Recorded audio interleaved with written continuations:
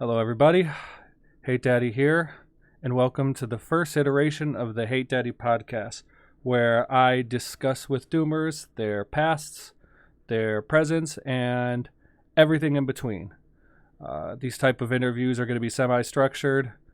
I will note that it's going to be kind of a no-holds-barred approach. But keep in mind, my goal here isn't to circle jerk with people or to push any sort of narrative.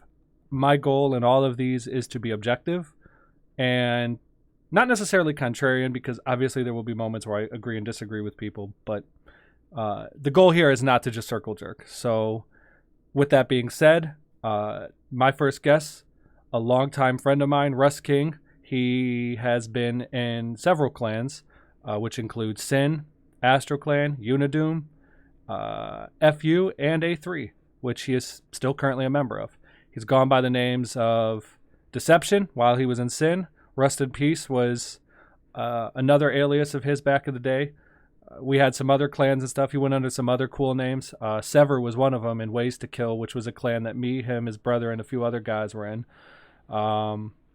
He was a former multiple-time International Doom League captain back in the day. He was also on the board for the IDL, and he's won various tournaments in Z-Damon and Zandronum.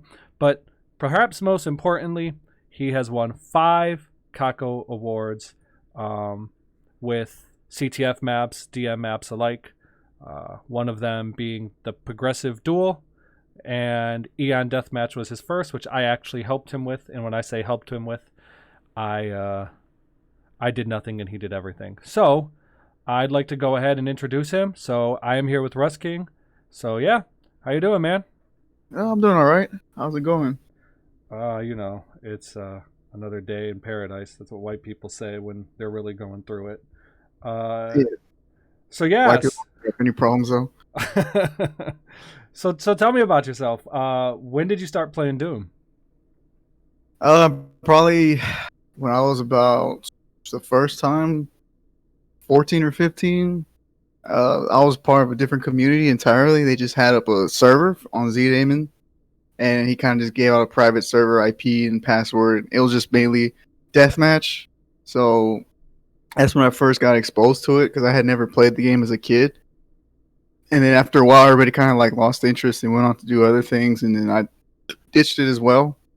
And I didn't return to it till about late 2004, like December, when it was still 106. And that's pretty much when I started playing it. Dude, 106. I was about like 15, I think, about that time. You were on dial-up, right? Yeah. This was back in the day. Yeah, I vaguely remember that, but I don't think I ever played with you while you were on dial-up. But I know that you. There was a time you went back to it too, if I remember correctly, while you were in Sin. Yeah, it was just they were fuck Comcast. They always like raise the prices and lower your quality or never improve anything, but that's how all ISPs are. They'll screw you over because they don't give a shit about you. Fucking dicks are criminals, dude. Yeah. Monopoly too. Yeah. Not the game. That's a fun game. Yeah, that's fun because you're the one paying for it. You're right. Yeah, and you're the one that fucking loses the quality. Trust me, I know. Mine is the same way. Like, my SP is total shit. But what can you do, right? Move. Yeah. Move to where there's like fiber or something. That's about it. Yeah. I mean, we do have fiber, but I'm not paying for that. That shit's way too expensive right now. But it might be something I do in the future. Who knows? But so with all that time, and when you started, and you came back, to me, like, I always look at you as like a Sin member. Obviously, like, your time in Sin is basically a fraction of what you've done in the Doom community, right? Like it, but that to a lot of people, especially in our day, was like really iconic to people because the name was cool, the theme was cool. So when did you actually get into Sin? Like, how did you get in? Like, who discovered you? I think it was because I ran into a duel server where they had like Wrath and Greed and they were dueling, and I just saw them regularly because it was always D5 and 7. That was like the home field. So I just kind of played with them a bit, and I got destroyed because I was dial up and I was never a duel or anything at that time. So I just kind of was around them to play games here or whatever. And then one day I kind of was like, I told Greed, I was like, hey, can I join? And he's like, yeah, I was waiting for you, that kind of shit. So they brought me in. And although I didn't really get to play too much in the beginning because my dial up was just so bad, you know, people complain now about having to, oh, I got to aim on Zandronum or Ultimex, like ahead or behind. I had to like literally have, it was like that every fucking shot because of the lag. It was like 180 ping, so constant. I was always aiming ahead of people, like by, I don't know, like 3 Marines. Dude, So you're so right. that's how it was. So yeah, I was just around them, and it was about '05, and then that's how I got in. And you're right, like the fraction is just a fraction because well, we disbanded in 2007, 2008, I think. or 8, something Maybe like that. maybe it was We're 7. falling apart in 7. Yeah, I think 8 seven was a blur, to be honest. So it was only like 2 or 3 years max. Yeah, it wasn't, but it felt like it was forever, right? That's because it was like the Well, it's peak, because everything was happening around that time. There was still a lot of clan wars happening. right? I guess that's true. UD wasn't banned yet, so Well, we the had clan. private servers too, so even when they were, like, we could still play Yeah, with them. that was more of the latter half, though. I'm Yeah, talking about before the whole IDL was ever a thing. There was always clan wars and stuff, and people playing a lot, and people actually play TDM for a change. So there was always stuff going on. So right, that's why it seemed like it was like a lot going on, and it was a longer time because there was just so much crap going on. right. I mean, I think looking back at that time too, what's really interesting to me is that that was how we all got in Sin. Like, we basically would go into those servers and get bodied in D5M7. And we're just like, I just want to keep playing. And I had mentioned it, you were right about the ping. Because, like, dude, people could complain about high ping now, but, like, back in the day, I don't know how people on dial-up did it. Like, I don't know how you guys did it. Because that shit was unforgiving. Like, 120 plus felt unplayable. Now, Yeah. like, 120 is like a superpower. Yeah, if you get 120, so from the US to like the UK, you're fucking unstoppable. Yeah, dude. It's You're only playing like 90% to 95% of your full abilities if you get that kind of ping. yeah. It's not that big of a deal. Yeah, whereas back then it was debilitating. Like, Well, it's like the only exception if you play on like the shitty Czech servers, they're still bad to this day, if I recall. Like they were the worst for Americans, and every European wanted to play on it because they got like 5 to 10, mainly the Czechs. But you know, yeah, well, that's when your who did? country is like the size of your thumb. Yeah, who didn't want to play with 10 ping anyway? Uh, I mean, it just depended. It's like looking back at just how funny that was because, yeah, I mean, back then, like, if you had anything higher than like 80 to 90 ping, you were effectively a runner. You and CTF at least, like, you could not be a super shotgunner with that kind of ping. Like, it was unheard of. And even in dueling and stuff, yeah, like, you had to like basically spam BFG and rockets to make up for that. You did not want to get into close altercations where reaction time would be the decider because you automatically lost. Yeah, that's why people didn't want to play on the West Coast because the East Coast players, it was just terrible for them to go across country. Yeah. So people like Josh Smith or whoever else was on the West Coast had to suffer. Wasn't Sadly. Metal Black? Wasn't he West Coast? I don't know. I never knew Metal Black. I didn't know him that well. I know Bones is now, but Bones has been back and forth. Yeah, he can't make up his mind, so who knows? Yeah, hippie. But yeah, so as we talk Sin. about Sin, yeah. Yeah. What is your? Because obviously we were both Sin members, but like, what is your defining memory of Sin? Like, do you have kind of just this memory? Like, I don't know. Like, when you think of Sin, like that, like, go, just shoot right now. I say Sin. What comes to mind? DOI dodged us. We beat J-Kiss clan in a clan war. We beat a clan, the Bro clan, when they had cheaters, and we still beat their ass. So I probably say those 3 things. Dude, I wasn't a part of Sin when y'all beat. I was just when y'all beat Bro. I was just coming in, and I wasn't even a part of the clan when the war actually happened. But that DUI stuff was dog shit, man. Yeah, deleting posts, locking topics. That's all fucking Bones' fault. Dude, so like, Oh no, it was Romeo's fault. yeah, no, Bones was, Romeo was the moderator for the clan section. yeah, for some reason, because Yeah. the guy didn't play Doom anymore at that point. Oh, that's because like the Z-Damon administration used to kiss up the DUI like hardcore. Was it like Raider and DUI at one point? I think they're honorable members with that. Fuck off. If you go look at the site, you look at the site. Yeah, DUI and the WoW gold being stolen by ICE. Yeah. They kicked him out of their clan for stealing gold on WoW, and they made it sound like he killed somebody. Like, you betrayed us, the Brotherhood. How could you? We thought of you as a pal. You shamed us, and all kinds of shit. Like, all right, come on. It's just fucking WoW.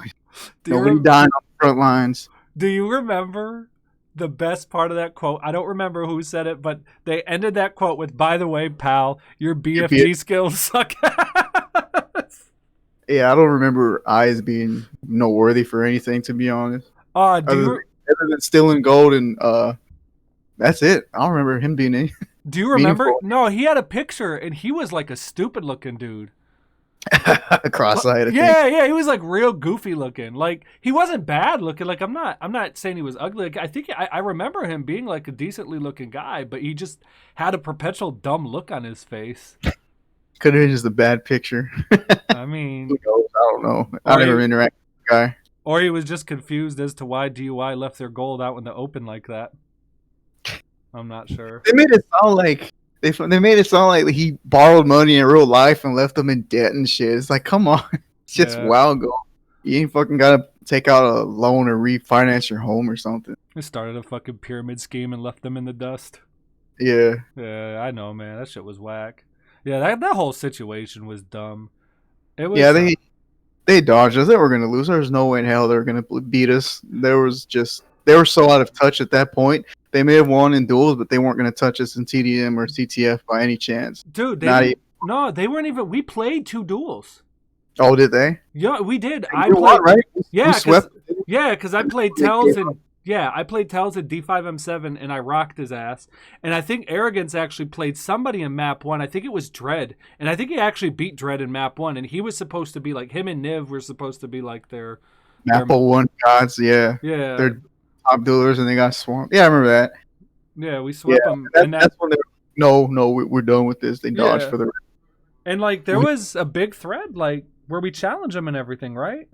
Yeah, it's still up there until it gets deleted. So you might as well take a screenshot while you're at it. I mean, I used to have screenshots of it. It's on my old computer, but that's archive.org that shit before they delete it. But yeah, it's up there. Yeah, I'm not that interested. We didn't play shit, so we just took victory because they were just going to dodge. They knew where they were going to lose. They couldn't play CTF to save their soul. Though, like, that's really funny. I feel like that was kind of the catalyst for, like, the end of the clan era. When they started dodging, probably. But I would probably say that was a catalyst, and then probably DX beating up on all the lesser clans that didn't want to play anymore. Right, but, like, if you think about it, like, DUI dodging is what led to DX. I guess so, yeah. Because, I mean, like, they talked mad shit. Remember how they, like, used to go into servers and beat up on a bunch of noobs? And that included us when we were, first getting introduced to the game. And they would talk, like, mad shit. And then in IRC, it would just be, like, unbelievable shit.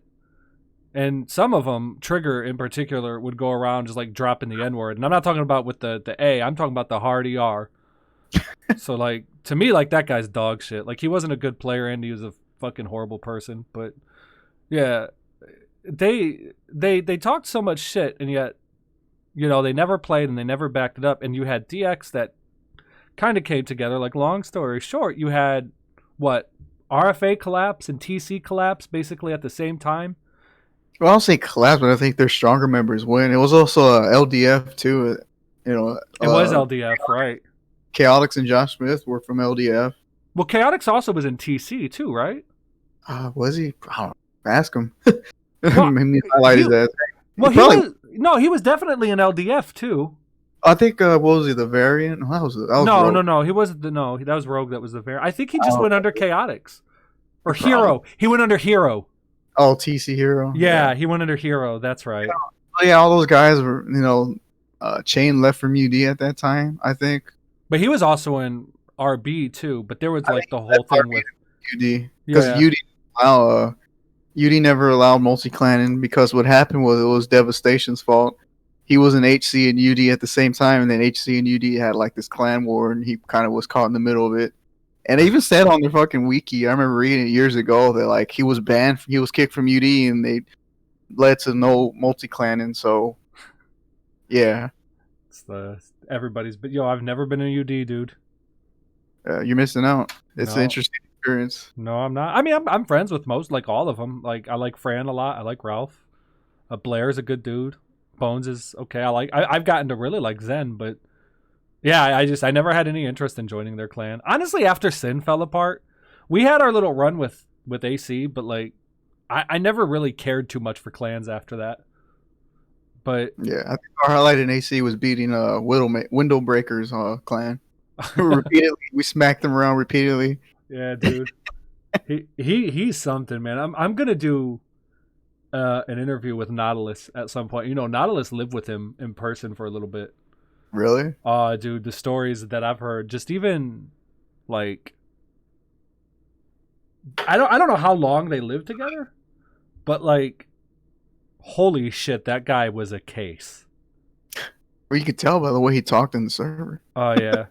Well, like Vadim always Vadim. He used to like tell me this story because he. Oh, what was it? Was it about the he couldn't pronounce Hennessy? I don't Yeah. remember. Like he couldn't pronounce. Was it? Oh, God, I'll have to ask him. It was an alcohol. He couldn't pronounce it. What's that? Heineken, Hennessy. If you're going with H's, I don't. I'm not. Yeah, I don't remember. Yeah, I'll have to ask. I'll have to ask him. But basically, he couldn't pronounce it, and like he was on Discord, or well, not Discord because we didn't have Discord back then. He had TeamSpeak, and he was on with some other chick, and he was like trying to game this chick down, and he couldn't pronounce it, and she started laughing at him, and like both Vadim and him were like laughing at him, and he started crying. Yeah, yeah, dude. But like, That's not window break for you. yeah, but like, not told me that like this guy is fucking crazy. Like, he would like get into fights all the time, and like, What did you lose them to? Like the clan war or clan screams? oh, I mean, we never lost to them, but I'm talking about Oh, like real life. he lose. Oh Like yeah, he lost the server. no, not said he was fucking crazy. Like, I mean, you get into that many fights, like eventually, like you're gonna learn how to fight, right? Yeah, I guess so. Experience. Yeah, the guy was unstable. I mean, I'm not saying I want to fuck with him like in real life or anything, but that doesn't mean I can't look at him and be like, "Fuck, dude, you need some help, man. Like, you need something, bro." But like, I don't know. I think going back to the thing about DX, I think the point was like, I know RFA was falling apart, like that much I know. I don't know about the other clans. It's over to Juggalo. It was like the beginning of the end. Yeah, that's another guy that nobody cares for. We'll just leave it And at I that. told you about it. I And know. I'm no you every 5 years. I told you it was a piece of shit. I know, man. As soon as you left that server, he immediately started shit talking. And that was hilarious. So It was funny. give people a little bit of context on that, because like obviously we're talking about it, but like Because when you joined Sin, you didn't realize like the baggage of like people not liking us or people didn't like you because they felt you were better than them just because you joined a clan. You know how it always goes. yeah, You were cool with them when they didn't like us, and we told you like, hey, they got beef with us for whatever reason. They're probably not going to be like super friendly with you, and you didn't want to listen, and you were like, nah, that's cool. I was like, all right, maybe you're right, sure. I remember I was aliasing in the server. It was a dual server. I remember I joined. It wasn't me. I didn't say a single thing. And you were there, and you were talking with Juggalo and somebody else from RFA. And I remember you were like, yeah, all right, man, take it easy. I'll see you later. As soon as you disconnected, he started saying shit about you. Like, man, that guy's really pissing me off. He's being a bitch lately and this and that. And I gave you the screenshots, and you were like, oh, eye-opening experience. And I was like, I told you so. yeah. I was young. I was naive. Well, that's how I had to tell you how the things were about this, nonsense. I mean, I don't you're right. remember why they didn't even like us, but when you have a clan where you got somebody like who was his name? The one that fucking DDoS Z Damon. Who, Pot or Codimp? Or are you No, talking not about Code. Pox? No, the damn it. He had an IRC and he started botnetting or doing Oh, something. you talking about T-Death? Yeah, Oh, yeah. yeah. Oh, For his like no ugly reason. ass. What do you expect? Yeah, dude. Well, they, like, honestly, to sum up, like, Juggalo and them, like, they were, like, counterculture people. Like, literally just because, like, they wanted to be contrarian. Because, like, we never did anything to them. I didn't have any problems with them, did you? I don't remember doing anything directly to them. I mean, the only thing I can think of is they lost the pub server match and they didn't like whatever we said afterwards. Who knows? That's what everybody fucking did. Everybody A-list in pub and like stomped everybody and talked shit and then moved on.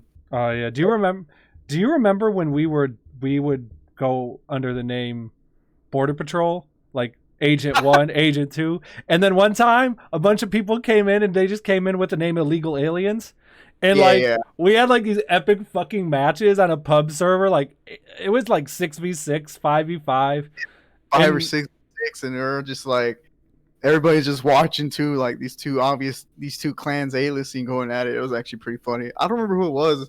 I don't know if it was RFA or R or something like that. yeah, I mean, it was probably One of it was Kid, so who the fuck knows? it was probably, like, a blend of, like, the DX and RFA and all those guys. Just like we were a blend of, like, us.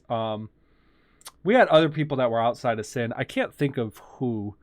I know There's me, some you, there, Denny. yeah, before they joined. People who were on TS, because we're also on TS a lot, so who knows? I can't recall. Yeah. Well, when it comes to Sin, like, as we've talked about a lot, like, obviously there's a lot of history there. Obviously, how it ended. I, Well, I I think. go ahead. Oh, Go ahead. well, I was gonna say the main thing of why it ended is because Raph let it go, and he wasn't around. I forget the reason why. Maybe he didn't have any interest. So you and I kind of were just like taking over everything and making the decision what we're gonna do and this and that. And he would come along and be like, yeah, sure, okay, yeah, yeah, yeah. But then he actually wasn't happy with it because obviously it was his creation, his and his brother's creation. So I guess he felt like it was time just to call it quits.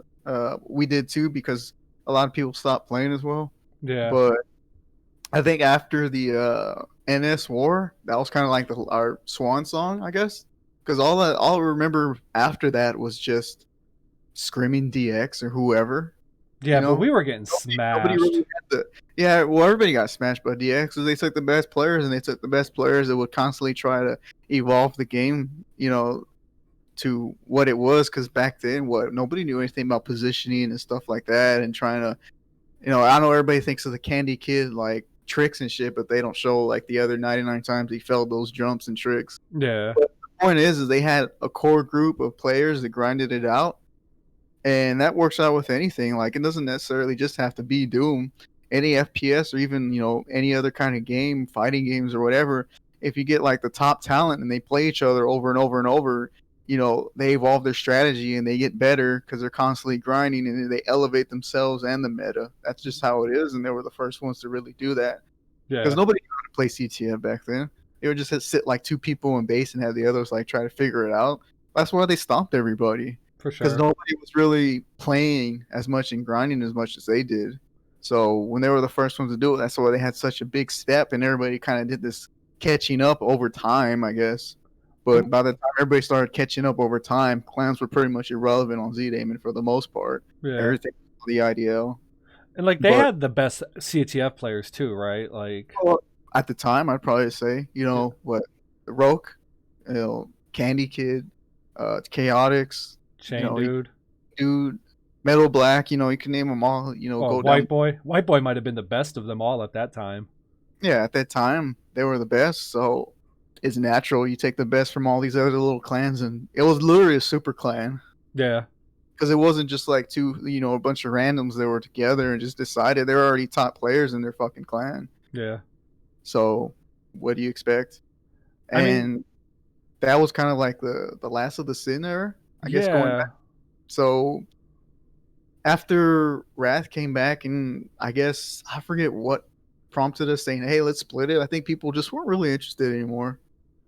they just kind of lost their passion for all the clan bullshit. And a lot of people were, because there weren't really any more clan wars. It was all like just scrims at that point. Nobody was really playing as much. A lot of the weaker, smaller, lesser clans weren't even around anymore. And if they were, they kind of just were into co-op and stuff, or whatever kind of crazy mods were at that time. I don't know if there were too many, but people just weren't really feeling the whole clan stuff anymore. So I think when it ended, it was probably for the best, because I think if we tried to stick around for another 3 years, it probably just would have really died a terrible slow death. Oh, it would have been dog shit for sure. It ended when it needed to. Yeah, everybody moved on from that point. I think a lot of the other guys like Pride and Arrogance and Demon XP kind of went their own ways and played in the IDL and didn't really join any clans, or just left the game for some years. Like after that, I kind of didn't even really want to play anymore, because the old times were kind of over, I guess. Yeah. Well, there was definitely like a big transition, but like Sin ended, like it's funny because I actually talked with Wrath like at this point it had been almost like 6 months ago. And it's the first time I'd talked to him since like the clan disbanded. So that was like 10 years ago. over 10 years, well over 10 years. And I mean, I definitely remember there was a lot of tension between you and him. I know that you never really cared for his style of leadership. So I can clarify that once and for all. It was mainly the fact that he would kind of leave, but then he would also hint that he wasn't happy with the things or the way things were going, I guess. So if you're not around, why would you have any rights to complain about how things are going if it's not going the way how you envision the clan to be? So to me, it's like, well, make up your mind. Are you here or you're not? Because if you're not here, we're going to take the vehicle somewhere else, you know? So yeah, but he didn't want to name a leader. Exactly. He didn't like the way things were, but he didn't want to do anything about it. Yeah. He didn't want to pass the keys off and say, okay, this ain't me anymore. Here you go. Excuse me. Mantis X, Arrogance, whoever, you know, here, this is all you know. Well, I could give context to that. Yeah. Well, because do you remember? So when I joined, that was right around the time that Greed was pretty much going away for good, right? Yeah, he was already gone. He was done. Yeah, so like they're the founders of the clan. Mm-hmm. And as you remember, when Greed left, Wrath promoted Mantis, Demon XP, to be the other leader of Sin, the co-leader. And it was always at that point, it was kind of like the unspoken thing that when Wrath decides to go away, Demon will be the full leader. But if you remember, they had a nasty falling out. I know the story behind that too. I do. Yeah, I'm not going to go into it, but no, it's not even anything. As far as I know, it's not even anything big. They just had like a big argument over something like Mario Kart, and that was like the tipping point. Well, there was. I mean, that was kind of like the byproduct of stuff. There was like personal stuff going on, and again, I'm not. They never told me. I don't know anything. Yeah. About that. Well, I knew about it because I talked to Wrath about it. But like, yeah. Well, I always talk. Like, I know. Like, you never really talk to Wrath that much, but like I talk to Wrath all the time. Well, I talk mainly more to Mantis. So yeah. Like, I honestly, at that time, like, I looked up to Wrath almost like a big brother that I had never had. And I understand, like, exactly where you're coming from with being frustrated with him. That's why I look at Sin disbanding and, like, it had to. But back on about their little falling out, the problem is after they had that falling out, Wrath would not make him the leader. And you and I were competitively driven as fuck at that point. Like, we wanted to be better. And Mantis was too. Mantis wanted more players in the clan. And we had guys like Stal and Oath. Oath was fucking good back then. And Stal hadn't become the fucking turret defender that he would go on to be yet. But he was still a really good player at that point. And we had like good players. Metal Black, I think at one point wanted to join Sin. But Wrath was just like, no, I don't know. Like, and we had this archaic way of adding people to where it was like we had to like fucking vet them. You know, I know like I make jokes about like getting any help from Z-Damon. Like administration wants to do like a full-on background check, FBI style. They want your fingerprints and everything. The same way, like make sure they weren't a cheater because we had that happen before. Or what was it? And I get that, but like that was so obvious. But it would be other things too. They'd have to be like, remember him? Yeah, I know. I know. He was like godlike aim with like 255 ping. That turned out he was an aimbot. But that should have been obvious back then. Like, Yeah, he I was, know it was. It didn't take long to figure out. You know, like, because I was actually annoyed because like you got this Australian, you're playing in Clan Wars with 255, and you won't even give me a chance. right. Then I was validated when it turned out his ass was like cheating. So, Yeah, but yeah, dude. you know, they was like they wanted to prevent that ever happening again, so they had to like tighten up their background checks. Yeah, but it wasn't just like they would be things like, you remember LB Lord British, who was abuse.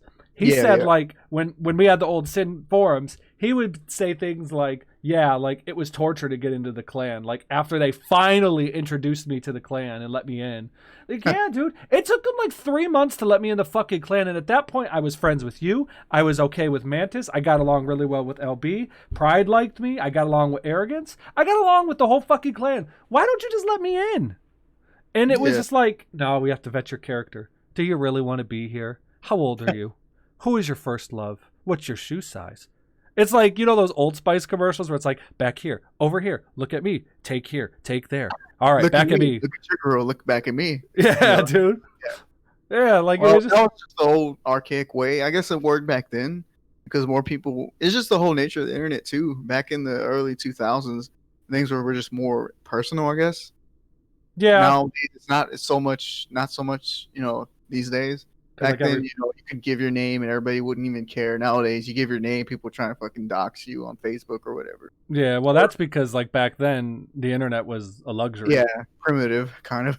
Like it was like the only people that were really on were adults or like older teenagers with, Or people with money or had some Yeah. kind of internet. Because remember, this was before the smartphone became big. yeah. So like So we were not all, every like bozo could get online or any little brat, you know. But yeah. whatever. Well, we were So- like the fucking guinea pigs, right? Like we're the first generation to really be thrown into that.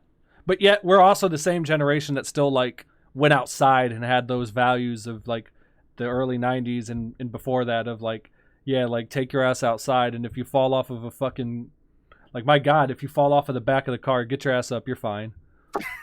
Like literally Right. like fucking, Put some, was Yeah. it peroxide? It'd be good. yeah, like fucking suicide diving out of a car going 60 miles an hour. Oh, just give him a Band-Aid, he'll be okay. Yeah. Like, yeah, these kids now, like, I stubbed my fucking toe, I need to go to the ER.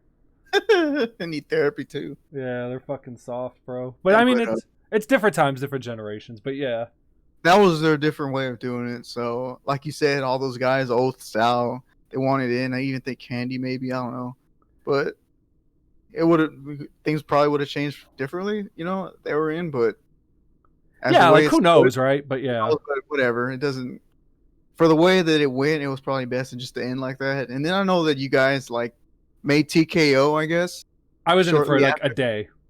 Yeah, and I wasn't really interested. I kind of just felt like it was time to do something a little different, I guess. Just do my Yeah. own thing for a bit because, you know, you invested all that time to play with all these guys, the clanmates or whatever, and do all this clan war shit. And when it ends, just like, I need a breather just to be alone and do my own thing. I don't give a shit about anything else for a while. Yeah, And it I was, never joined, yeah, it So didn't really it's- last long. They tried, but it was Sin 2.0. sort of because what it had anger, it had some younger people in there. It was basically what it should have been, except with instead of new players, it should have been with established players in terms of lax recruitment. But he tried. Anger was it? What's his name? Tina. He tried. It was Anger and Chad Envy, I think, and then they collapsed. TKO collapsed, and that's when an Envy made Evolution. Yeah, and they So- had Shadow, I think, on there, and Yeah, they had other. I mean, but at that point, like the clan scene was fading out because the IDL was advancing, yeah. and so we're gonna kind of close this chapter here on Sin, but I do want to say this because I think, you know, anybody who remembers those times, I don't think the point we're making here is you're not trying to demonize Wrath, and I would say too, like, we shouldn't be demonized either. I think this was a case where like both people were right, and that's why the clan just needed to end. Wrath was going through a lot of stuff at the time, and I'm not going to get into it, but like, I talked to him a lot, and he was really going through some stuff, which is why he was always back and forth. But at the same time, like, we had a right to be like, okay, dude, but like, give the clan to somebody so we can run this ship. And he wouldn't. but he also like needed to take time away. He needed to get away. So both of us were really kind of right. I think we could have both handled it better. But at the end of the day, the clan scene was dying anyway. And I think it was the best for all of us. I think it worked out great. I mean, you went on to do a lot of great things. I went on to do a lot of great things. Mantis went on to do a lot of great things. Denny. When you say that, excuse me, I know you said that the clan scene died. The funny thing is, though, in the latter end of the 2000s, a lot of the Euro scene really picked up. Yeah, I know. I remember my brother was really involved with that. But the NA scene was dead because of IDL. Yeah, the NA scene was like pretty much downhill. It was nothing like it was in 03 and 04 and 05. It was pretty much a shell of its former self. But in terms of Z-Damon, the European scene picked up a bit with a lot of their leagues and stuff, and then everything was going pretty good until X-Snake destroyed the server, and that's another story for another fucking time. What happened with that? I always hear people talk about that. What happened? So I had your buddy FSN. Yeah. He PM'd me one time on Zandronum RC because we were talking about it on one of the A3 channels or some shit, and he wanted to clear up the air. So basically, what was it? I think it was Stealth. Was it Stealth that was kind of running all the European stuff? I don't know. Somebody fucking tell me or say in the comments. But what had happened was it was X-Snake's server, but whoever was doing like the European league, I guess it was Stealth. Forgive me if I'm wrong. I can't remember. We'll just say unknown European guy that was running everything.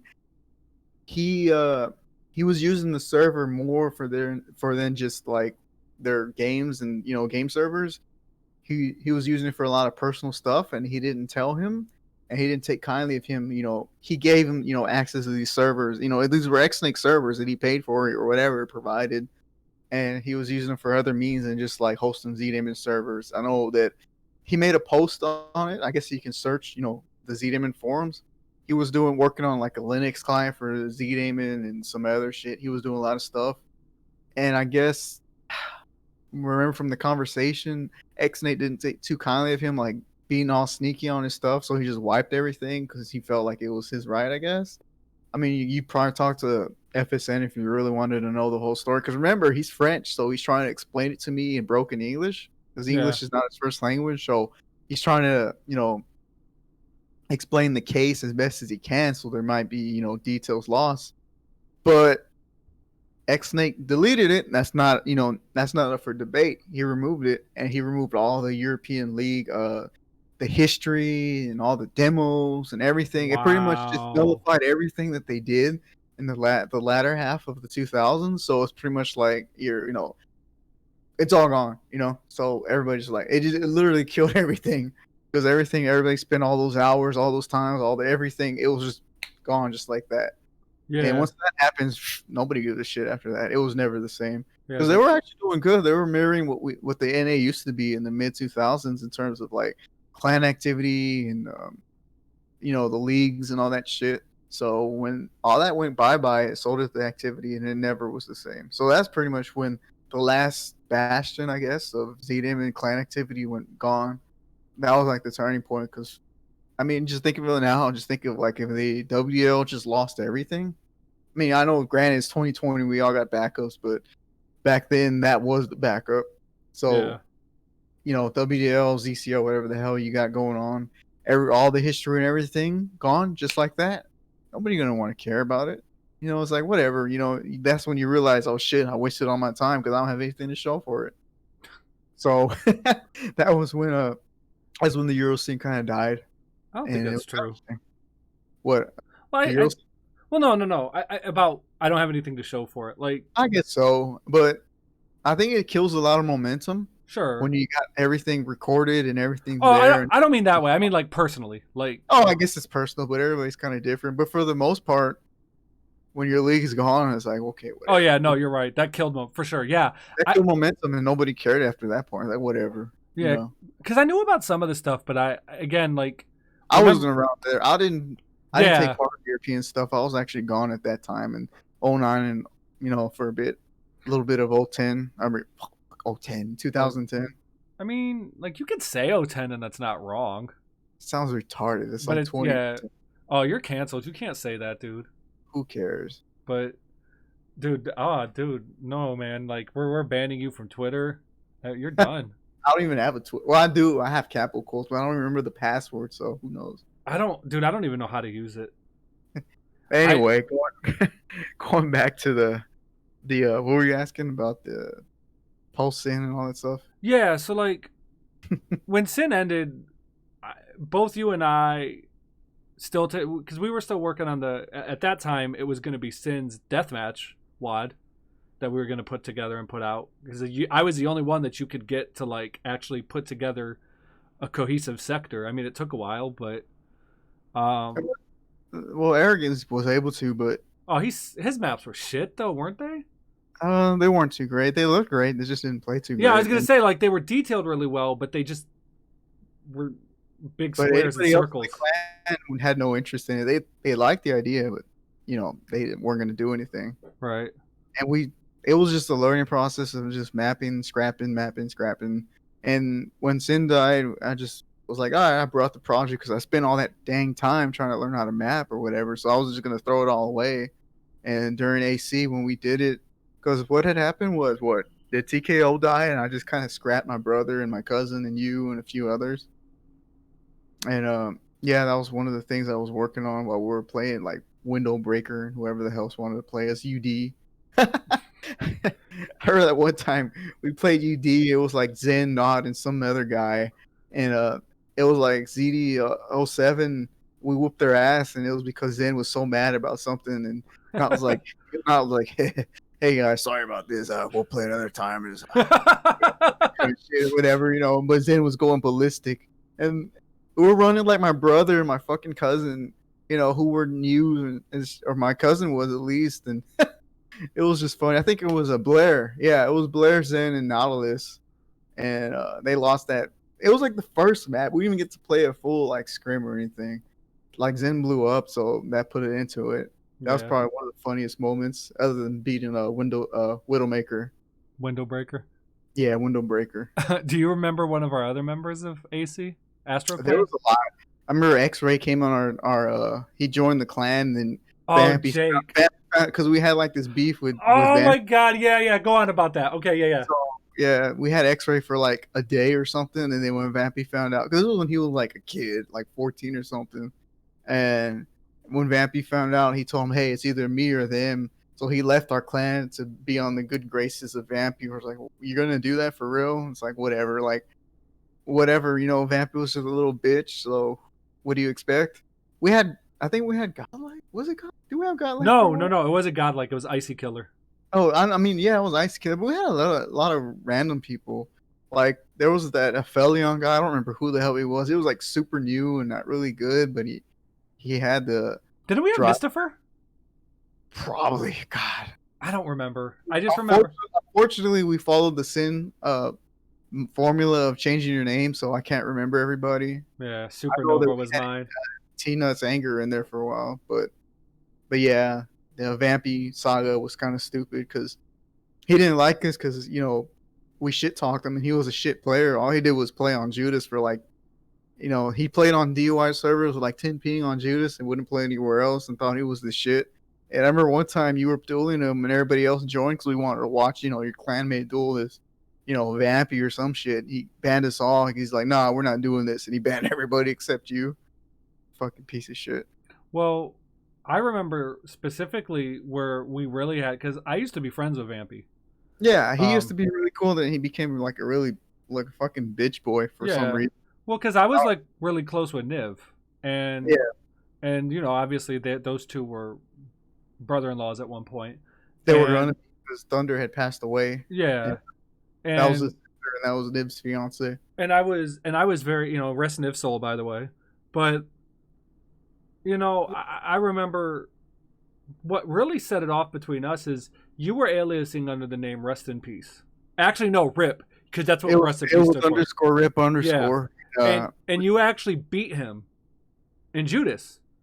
Yeah, I remember because he went crying to Chain Dude or something. No, me. He went crying to me because it was on the DUI server. And he said, "Hey man," right. He said, "Hey man, your friend cheats." and I'm just like, no, he doesn't. Like, what the fuck? Like, what's wrong with you? And yeah, like he accused you of cheating, and I was just like, and he like gave me that same like bullshit scenario of, it's me or him, and I was like, fuck you, it's him. Like, you know what I mean? Like at that point, like you were probably my closest friend, and like who the fuck is this guy? Like, And the dude. funny thing is that Judas was historically never my greatest map. It wasn't until I didn't actually get good in Judas until I stopped giving a shit about duels. And like, by then it was like 2013 or 14 when I got good at Judas, when I didn't care about duels. But back in the day, that was like a map I wasn't good at. So the fact that he thought I cheated was just showed how bad he fucking was. There were way better, more talented players than me, and there still are on Judas. Oh yeah. It was never my strong map, so I didn't understand why he thought I was cheating. And I remember he told Chain Dude, because I think he talked to Chain about it, because I remember Chain told me, he was like, yeah, something's not right about this guy. He always knew where I was. I'm like, come on, it's a fucking square. You know where the spawns are. How the fuck you not know where somebody in Judas, you always know where the other guy. It's never a question of where that guy is. And if you can't see him 90% of the time, he's by the plasma, Yeah. We're about to drop down to the BFG. So it's not like it's map 01 or some giant fucking dual map where you lose track of somebody. Right. It's a damn square. Yeah. You know where everybody spawns. Like, how would you not know where they are unless you're terrible? And obviously he was terrible. Yeah, he was so bad. That's why that was Catalyst. But another thing that happened was he kicked me from their DUI CTF server because he thought I was speed hacking. It was just SR50, and I was never historically good at like running with SR50 because I always slam into the fucking walls every time. Oh yeah, you had 2 left feet. Yeah, like I would always slam at that time. I didn't get better until years later, but at that time I was just learning how to like apply it. And it was like Mapple waited in a pub and he thought I speed hacked or some shit. And I remember I had the screenshot. He was like, you're not getting unbanned, so you explain what the fuck that movement was. And I'm just like, fucking boomer. Yeah. Well, he was our age. Like, well, he sure didn't act like it. Oh no, but he had that DUI mentality. They thought anybody that was better than them cheated. Like, imagine being that, like, insecure.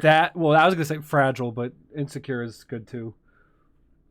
Like that was terrible. But yeah, so that was funny. So that was like the AC time. And that WOD, by the way, to go back to what I was talking about, that eventually went on to be the Eon Deathmatch WOD. Yeah, because that's when we got better and we just cut maps and stuff. I remember going through that process of cutting. Making maps, cut maps, making maps, cut maps. So we had like 16, got down to like 10, got down to 5, 3. It was just a freaking process. Yeah, man. I am thinking of the first map I ever gave to you where I actually did something, and I completed it by giving you upside down stairs. So I remember that. Yeah, that was pretty bad. You couldn't follow directions. Yeah. So I told you, I was like, just do it like this. You did like, I don't know what the fuck you did because I couldn't even replicate it. So whatever accident you did was like beautiful. Yeah.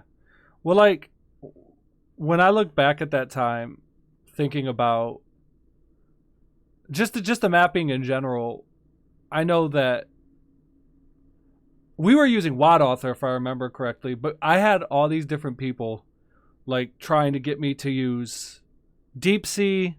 I don't think Doom Builder was around just yet, or if it was, like not a lot of people were using it. But like, dude, that shit was so easy, like in hindsight, compared to like what people can do now. Like we were working with a Doom 2 format that like the actions took care of themselves. The actions were self-descriptive and would take care of themselves. So like if you had a sector that wanted to rise or fall in Doom 2 format, it would either be like S1, so like switch or repeatable. I don't remember. I haven't mapped in Doom 2 format in a long time. But like when you compare that old format of Doom 2 to what people are doing now, like Doom and Hexen even, and then UDMF and some of the stuff that happens now, like it's fucking crazy to think about how far we've come with everything in mapping. and everything that we've done. But in addition, not even just detail, but like complexities. Whoa, did you eat your mic? Yeah, I kind of dropped it for a second. Yeah. So like I was saying though, like basically Eon went on to be that so it went on to be Eon, that deathmatch that we were working on. Like I was saying, with the simplicity of like Doom 2 format, like going and looking at Eon, and then you look at Prog Duel, like night and fucking day. Well, you also gotta understand it was also using WAD author too. Yeah, I'd said that like too. you said, it's sector based, so you make a sector with whatever many sides, and you kind of just morph it into whatever. When you use Doom Builder, that's more of you start with a line as if you were drawing on paper. You know, you draw your line, you draw your next line. So naturally, with different styles of creation, you kind of have a different end result. So that's part of it, I guess, but it's also just part of learning, I suppose, and also the part that is just not stock Doom 2. I mean, there's nothing wrong with vanilla if you enjoy mapping that, sure. But for me, I always felt like the whole point was just to progress and challenge yourself. So I learned some of the boom stuff. Progressive. I learned some of the hexen stuff. Then eventually I learned UDMF stuff. So I know the thing is with a lot of the single player and multiplayer, they just don't really care about all that new stuff. To them, it's whatever they remember Doom being when they were like 4 or 5 or whatever the fuck it was. But I don't have those such memories, so I don't have any problem trying to learn ACS, learn Decorate or whatever the hell.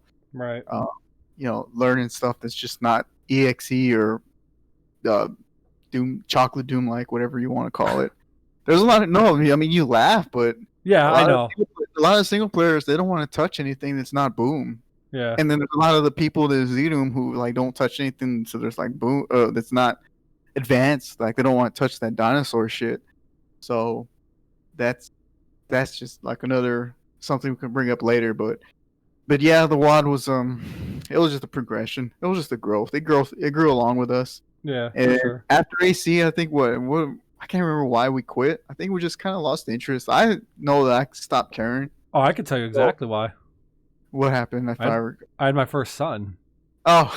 Yeah, I disappeared for a year. Yeah, I disappeared for a year. And that was it. You know what I mean? Like, that was it. Like, I had started working on my first degree. Yeah. So, like Doom at that time, didn't really care. And so I left. We disbanded, I remember. You did your own thing. I did my own thing. I didn't really touch it. If I did touch it, it was just something stupid like playing Brit 10, Brit 11, or Exec or something like that. But I was way out of touch with what was going on in the port and IDL and all that stuff. Like I knew it existed, but I didn't have any interest because it seemed like a bunch of elitist pricks. And it had a lot of people that, I had bad run-ins with, so I didn't want anything to do with them. Yeah. And eventually I just was like floating away in a different wavelength away from everything. I think that happens to a lot. And then I was going fine because then I started working a lot and while going to school. And then you dragged me back to this bullshit for some fucking reason. And I said, yeah. Okay, hold on a sec. No. I'm going to give you context on that too because that's not fair. So... All right, so I was gone from basically 2008. I was just gone. 2008, I was gone. I came back towards the tail end of 2009. LB actually dragged me back, and they got Mike and LB dragged me back to get me to play in the IDL. So I practiced a bunch. I was still out of shape when I first went into the IDL. And I was drafted by Goatface, which was a fucking nightmare. And I ended up getting traded to EBL because at that time, my wife was pregnant with our second son, and I really honestly did believe, like, I'm just going to play the season out, and I'm just going to be done with Doom. Of course, we all know it doesn't work that way. Once Doom's in your blood, it, like, really never leaves. And I got traded to EBL because I told him I wanted to be on a competitive team for my last, like, last hurrah, whatnot. And it was me, it was White Boy, and it was Zanero. Yeah. And we ran through everybody. And I don't remember how, but you came back into contact with me during that time, and I was telling you about it. and you watch the Master Bowl where we got fucking demolished by BSK.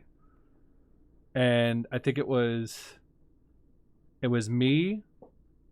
Obviously, it was me, White Boy Zen, but it was Stal, Genova, and it was Saber. And at that point, like, I was number one. I was drafted number 2 overall, which I shouldn't have been because I was still ridiculously out of shape and not good at CTF yet. But by that point, by the end of that season, I was like pretty good.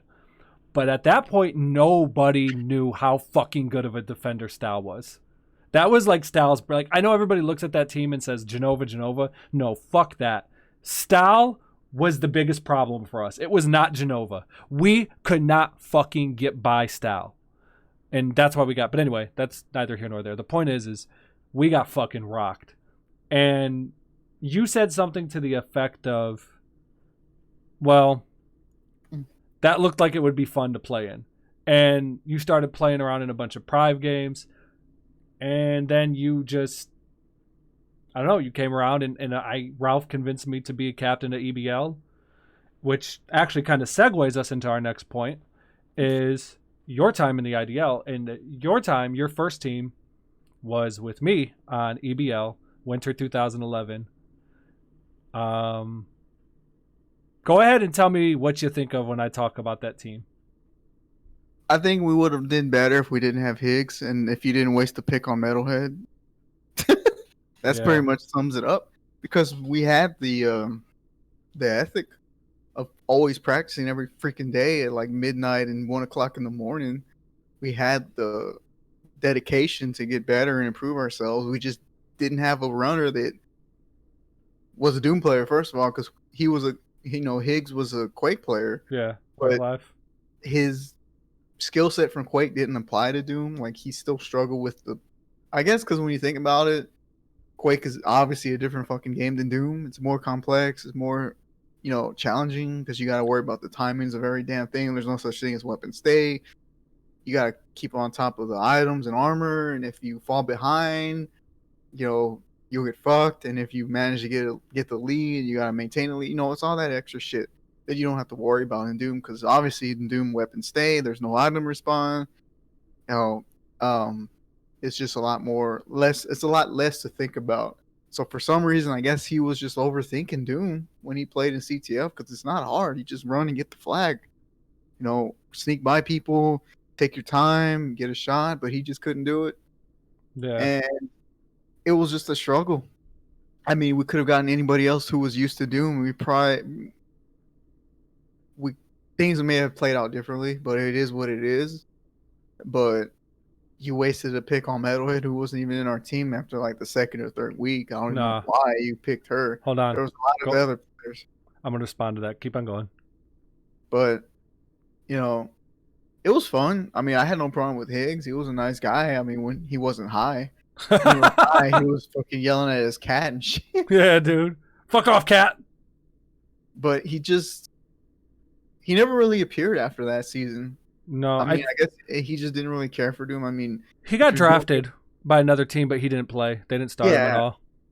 I mean, he was a nice guy. I mean, there's nothing wrong with him personally. He was cool to hang with. He talked with us and stuff like that, but he just wasn't up to snuff. He was a player that should have been like the 4th, not the 3rd. But we didn't have a choice. And that's just how it plays out, and it is what it is. There's no, you play with whatever you have and you make it or you don't. That's all there is at the end of the day. Yeah. Well, the only thing I was going to say about Metalhead was, so at that time she was a good fragger, so I thought she would be our defender. And I thought you and I, either it would be me or you, I wasn't sure we're going to run. And then, like, she just sucked, like, straight up. We would practice with her, and she'd be like, well, I'm not a defender. Okay. Well, then mid. Well, I'm not a mid. Oh, okay. Well, then run. Well, I'm not a runner. Okay, I can't do any of this. I'm leaving. And she bailed on us before we even played a game. And it was like a couple of days before our first game. And that's when Higgs came on. And again, like you already said it. I mean, to be honest with you, his first commitment was never Doom. We could barely ever get him to practice as it was. You and I practiced a ton. And Rudy would step in as our 4th. But you mean Roscoe? Yeah, Roscoe. And Higgs never showed up like half the time for practice. He showed up for games, But I mean, at that Then time, when he like, did, he was like high half the time. yeah. But at that time, like Quake Live was fucking booming, and that was his first like commitment above all else, and he was a top player in that. So I get it. So I'm not Did mad Quick at him. did Quick Live drop in 2011? I don't even Yeah, remember. yeah. It was around then. It dropped in 2010, actually. Let me check the internet. Yeah, it was 2010. So yeah, he was already doing it. Yeah, by Because 2011. I Makes came sense. back to Doom because like what really got me back into like FPS gaming and stuff like that. While I was practicing Doom in 2010, when I was coming back and really getting into shape again before the idea, I was playing Quake Live too. I wasn't any. Oh, I was yeah, I wasn't any good at it, but yeah. So with the IDL stuff, I mean, obviously we came really close. I think if we would have beaten the Chargers, I think we would have won the Master Bowl even with Higgs because like you and I had such good fucking chemistry, like because we practiced so much together, and we both improved a lot that season. But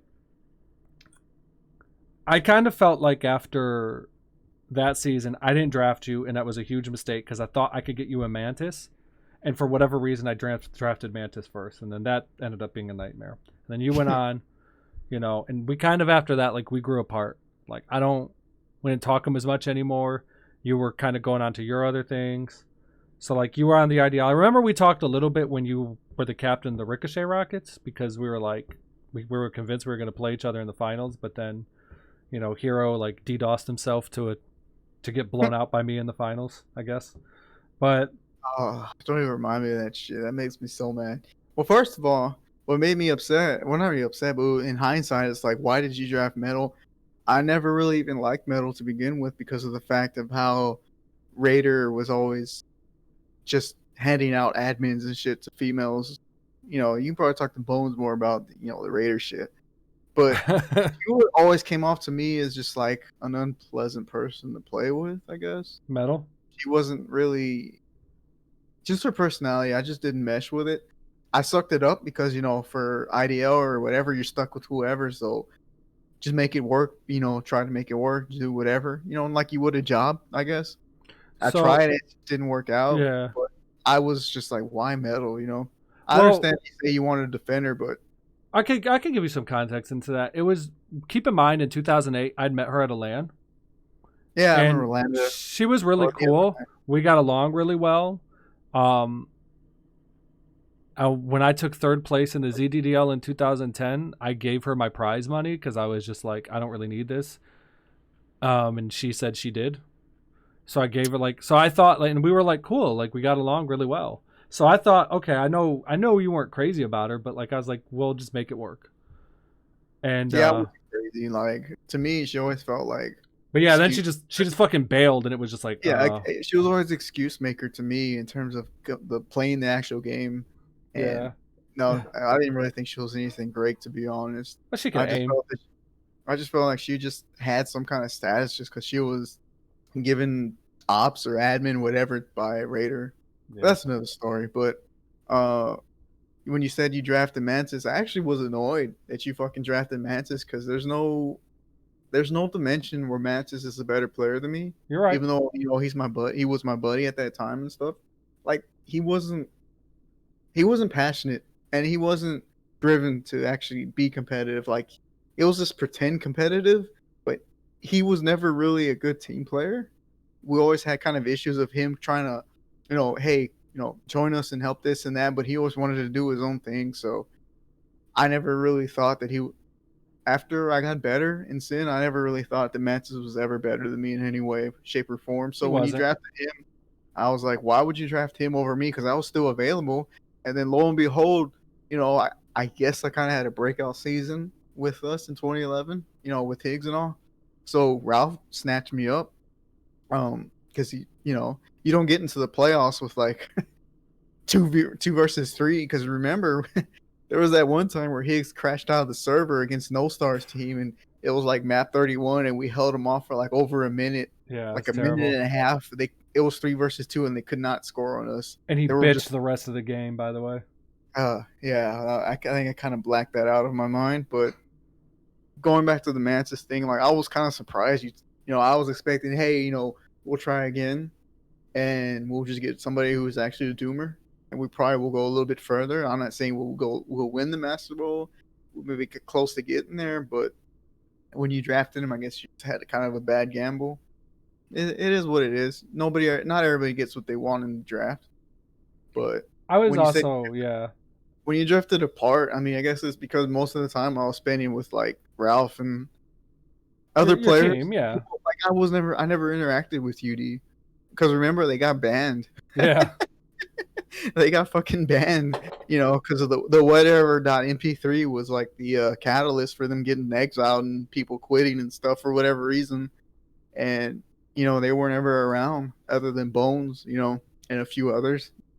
But I'm interacting with all these other people, and I guess that's probably why. Because remember, I didn't like a lot of the IDL players because of the way, they acted, during the clan scrims and all that shit. Mm-hmm. So by the time I came back to the scene in like 2011, everybody had kind of changed. So it was a bit, kind of an eye-opening experience, I guess. Right. Everybody kind of matured, so it wasn't so bad.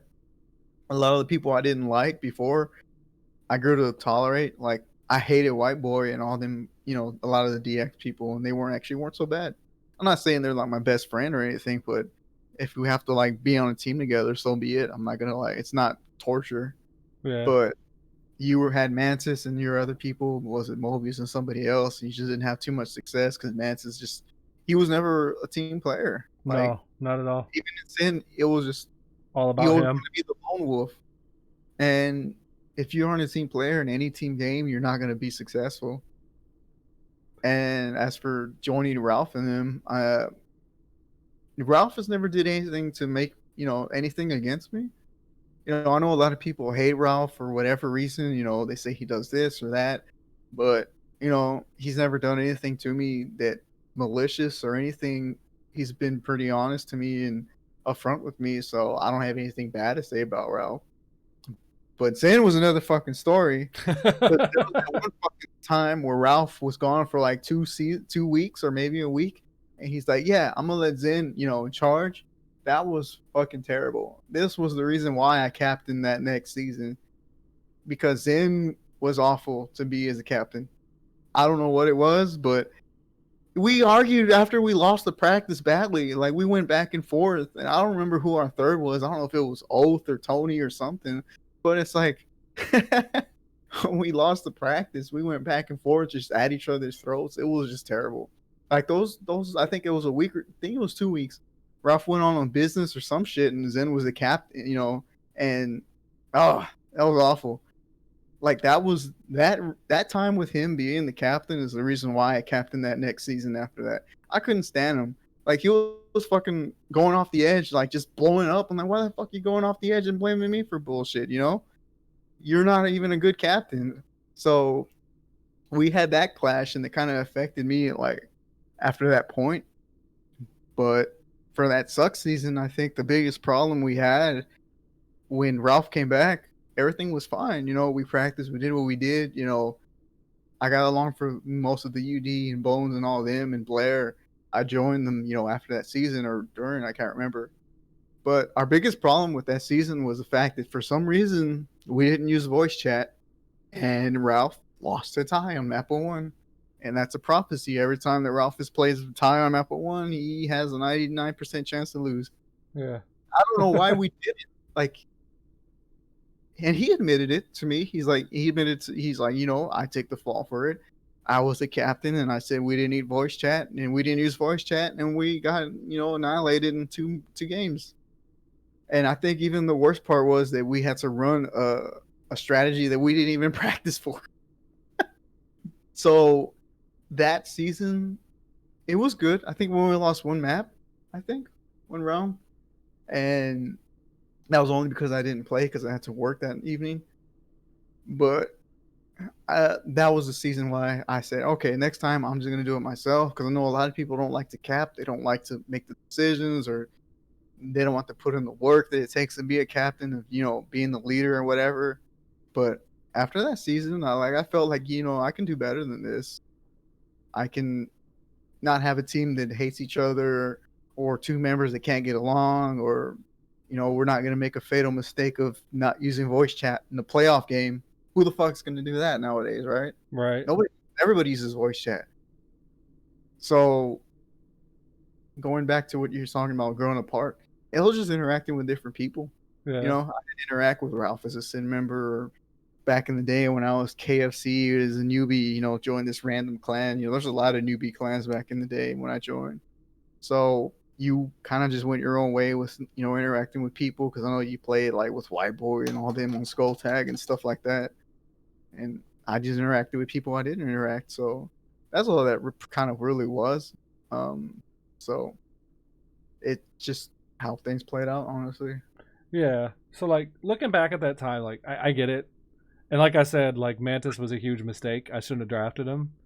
Um the sad thing is it kind of worked out for me because of that. Um I will say, like, I had Mobius on my team, I had Ed on my team. I ended up trading Mantis. But it worked out for me because I got the second pick because of that season wasn't very good. I think I was like 2-6-1 or something like that. But then I was able to get Stal and Bloodstrike and Killforce the next season, and we fucking wiped the floor with everybody. But like, yeah, I get it. So we'll talk a little bit more about that. But I kind of want to get like your take on the rest of IDL for you going post Z Damon and onward, because remember we transitioned to Otomex after the 2012 winter season. The 2012 summer season was on Otomex, and I had a captain obligation, because back then the thing was if you were a captain, you were supposed to give them 2 seasons. So I gave them the first season with you, then Mobius, and then I re-upped for another 2 seasons with my first team with Stalin and Bloodstrike, and then the next team was Shackle and Collision. And I kind of felt like that team could have been really good on Z-Damon, but when they got into Otomex and rockets literally just started shooting to the sky, like they were done. They just refused to play. They would not play. And at that point, I was just like getting into League, and I was growing away from Doom. So even though I was like around that season, I don't know what fucking happened in Doom. So from then to like that short stint that I had in 2015 when the IDL was on Zandronum, I was gone from Doom. So talk to me like what was like then on Otomex, and then leading up to Zandronum, IDL, where you and I kind of had a little falling out, or maybe it wasn't that, but go on about that. Okay, so we can back up to the season I captained. So it was obviously the last season we were going to do on Z-Damon, because I can't remember the details, because at that time I was more just a player. I didn't care about the drama and the community stuff going on. But if I recall, 109 was supposed to drop soon, and Z-Damon was being what is that word? They were being more selective in who they were giving their server binaries to. So that last season in 2012 in the winter, um, there was some uncertainty of what we were going to do, because Yeah. for some reason they felt that if we couldn't get the 109 binaries for the server, we couldn't have it on ZDM anymore, which didn't make any sense, because nowadays people like Jakis and whoever his buddies are, you know, they'll run like private servers to play on 108.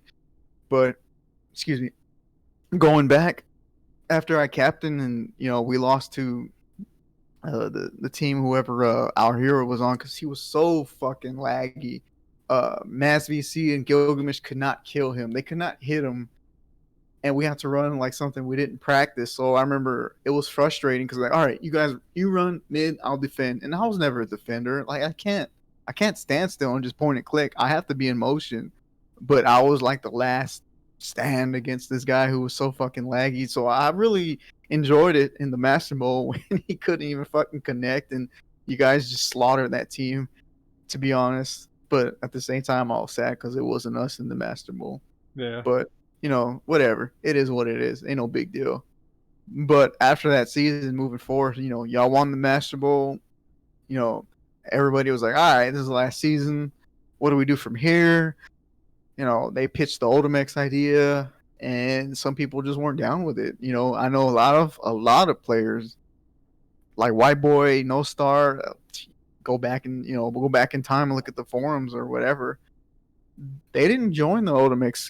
They didn't hop on board on the Ultimix season. I think even Ralph wasn't even available. I can't recall. I think he gave everything to Bones. Excuse me. So Bones was like the commissioner, and a lot of people didn't even show up for that season. And I could be wrong, but I want to say that Ralph was not the commissioner going into Idea Ultimix. He wasn't. It was Bones. Bones was the commissioner for the other season too on Z Damon. Yeah. So a lot of players didn't go, and a lot of players were skeptical. So when we finally did it, it wasn't mature enough for the league. There's no beating around the bush. It just wasn't very pleasant. It was not a pleasant experience for anybody. And I don't understand. I mean, I guess I understand why it happened that way. Everything was on Zedeman for so long. If I had a pet project or I was involved in something like Ultimix, that's a prime opportunity to come and take the player base. The problem is not the whole player base followed.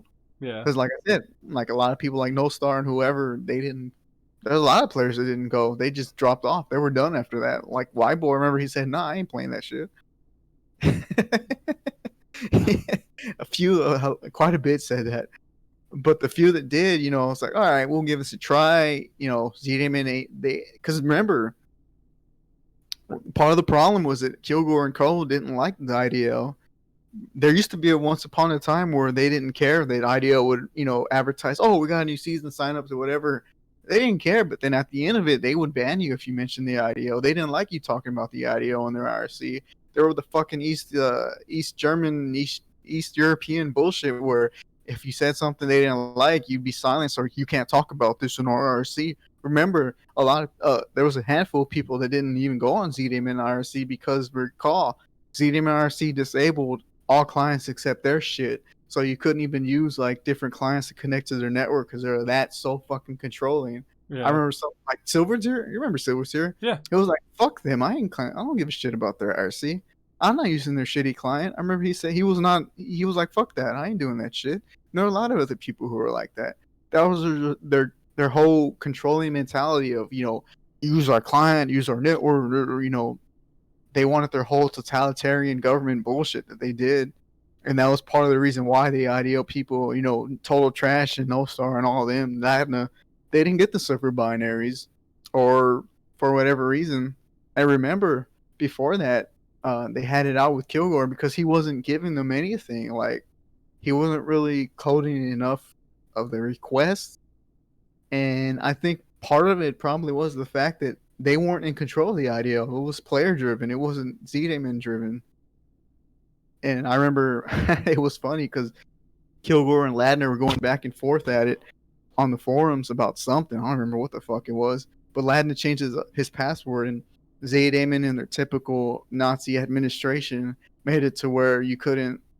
They needed, server form administration for registration, for passwords. And I remember Kilgore said something like, that Ladna fool, he made it easier for me. I ain't gonna approve his password change, and Ladna had his account deactivated. Wow. It's just like that. You can even ask him; he'd probably tell you. I remember reading that shit. So, you have an administration that doesn't want you around. So, I can understand why they wanted to jump ship to Ultimix, but a lot of the players didn't want to do it, and a lot didn't return after that 2012 winter season. Mm-hmm. So when we had it, we're on a new port, obviously, and we're trying to make the best of the situation. Because for some reason, looking back, I see no reason why we couldn't have ran private servers. There were already private servers. We could have ran a private server with 1.08. I don't see why, it would have been any reason why not to. But it was an opportunity to jump ports and take control, I suppose, if you want to put it that way. Maybe it is, maybe it isn't, but it is what it is at the end of the day. And it wasn't a very good experience. No.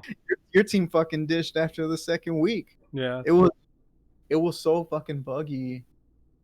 Everybody, there was people who were like, even to this day, they'll be like, oh no, it's perfectly fine. And there's people like, every time I fucking play it, it's terrible. Which is somebody like me. I remember the last time I played it, in a league setting, I had like distorted sound, but we'll jump to that in a second. But Yeah. at the time, they didn't. It just wasn't ready for a lot of the bullshit because you have to understand, even though you play tested with a small group, the real test is the league or a lot of play. And they didn't get a lot of play until the league was on there, and there was a lot of shortcomings that we saw, and a lot of people weren't happy, and a lot of people ditched, and a lot of people did not return for that Ultimax second season. Right. I know you didn't, your team didn't, because I remember you said that they said if they didn't like it, they weren't going to play, and y'all didn't play. Um, the second season was pretty much more of the same. It wasn't fine tuned. Um, the problem was is just there's just too many nonsense bullshit happening. A lot of people weren't happy with the port. I think it became to the point where Bones was like, "All right, we're gonna take a time off," because at that time I was bored. I think I was on the board, and I Mm-hmm. remember Bones was kind of sad a little bit. I think a lot of people were sad that we didn't have because everything had been like season after season after season since '06, and that was like the first time where we didn't have a season in the winter, if I recall. And so we took a season off, and we were doing. Dr. Sean came aboard, and he started doing stuff. And when we didn't have the IDL that one season, we were running tournaments and doing dual shit or whatever.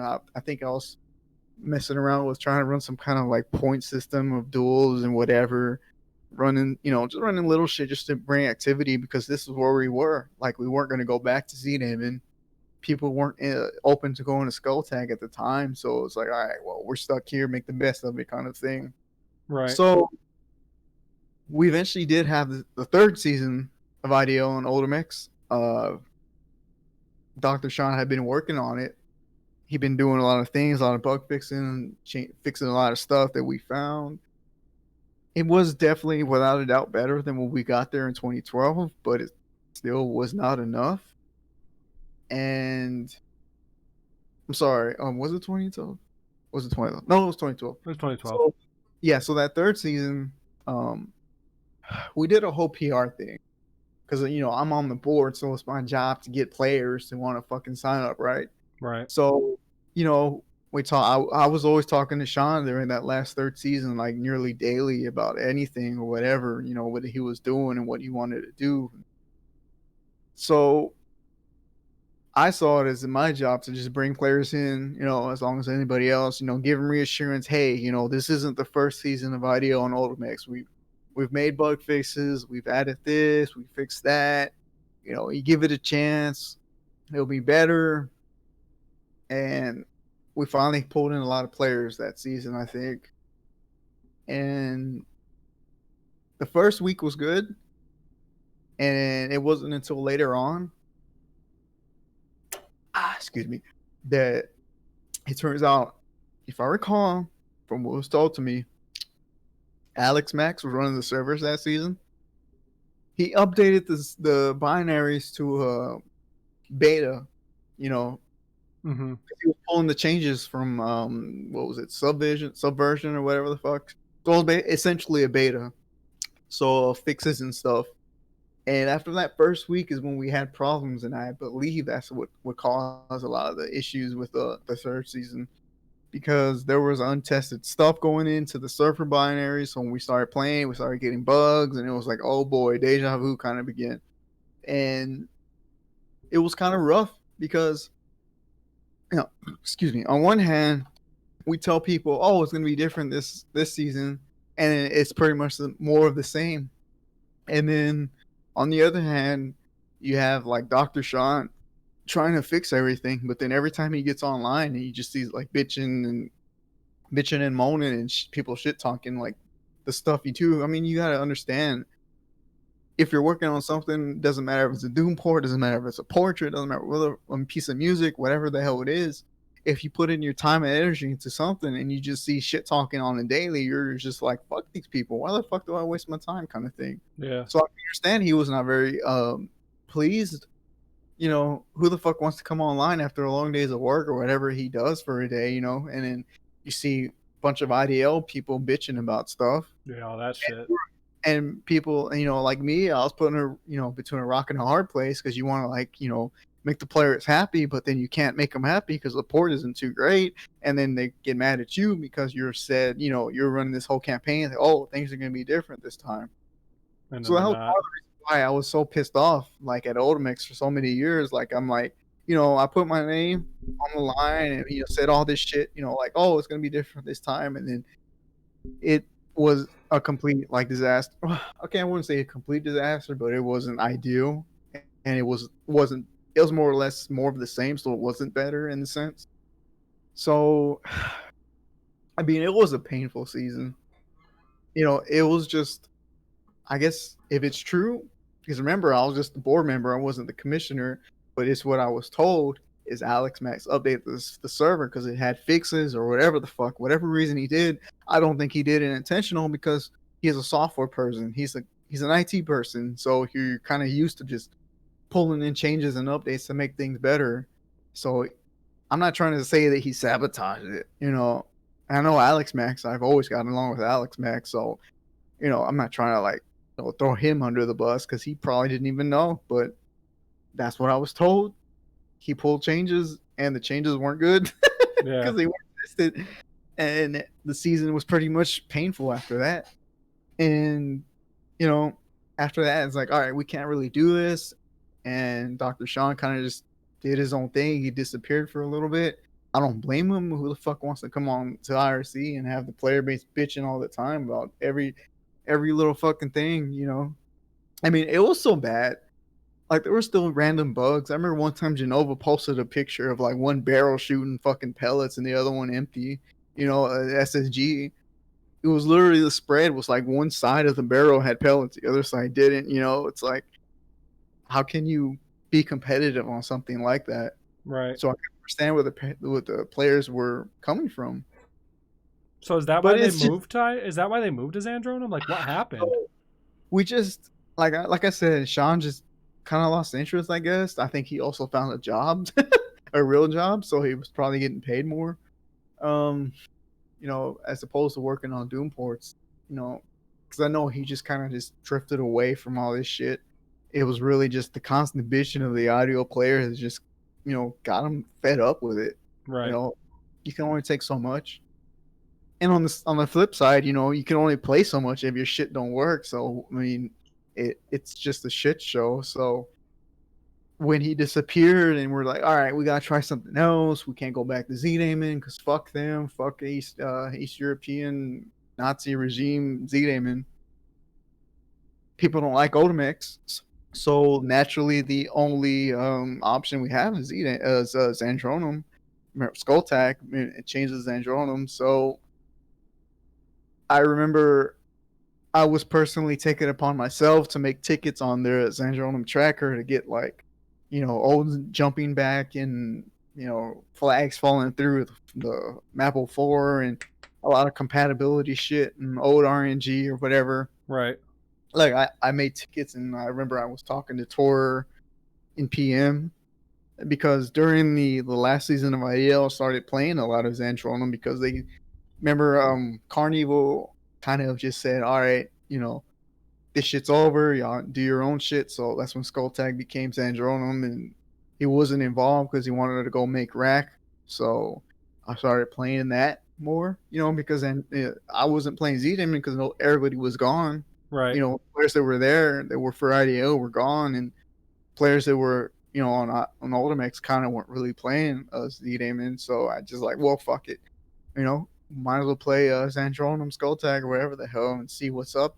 Because we always, let's be honest, we're always elitist towards Skulltag. We always felt like they were inferior for whatever reason. We were the real competitive, we were the real where the skill was and all that shit, and they were just where the weirdos were inferior. So for me, I've always been like, I kind of experience whatever I experience. I make my own, opinion. So I don't just necessarily echo whatever until I experience it myself. Right. So I just tried it myself. And to be honest, that was our only real option at that time because, Sean disappeared. So, we were like, well, we can't really stay on Ultimax too much longer because people weren't happy. And I think the catalyst was due, to be honest. Oh yeah, how so? Okay, so obviously, if you're in a position of leadership, you kind of want to set the tone for everybody. So, you know, if you're involved in a product, you can't really shit talk it and be negative toward it. So you kind of want to do your PR bullshit. So a lot of us held our tongue during that last season, and I forget what happened, but dude played a game. He was on a team, and I don't remember what bug happened or what happened, but he blew a fuse. He went on IRC, and this was the only time that entire season he just went off and said, "Fuck Odomix, fuck this. It's a fucking buggy piece of shit. Fuck that." And when you look at it as a player, you see like a co-commissioner just shitting on the port. I mean, that's Yeah. bad for morale. So what do you expect? That's when I knew. I was like, all right, we're done here. Like IDO on Automax is kind of done here. When you got a leadership person just kind of doing that shit, um, you know, that's the writing on the wall. So I kind of wasn't surprised that we moved to Skull Tanks and Tronum after that. Yeah. And so what I kind of did was just did a transition. Like I remember on the IDO forums, I made a post saying, "Hey, change your settings to this and that." So it remove colors and text and all that shit. Change your own lag or whatever. And I made the tickets for flag dropping to the floor or whatever. Jumping to be the same, rocket jumping and all that. And that's when we kind of moved there from Older onto Skull Tech for the time being. Yeah. So that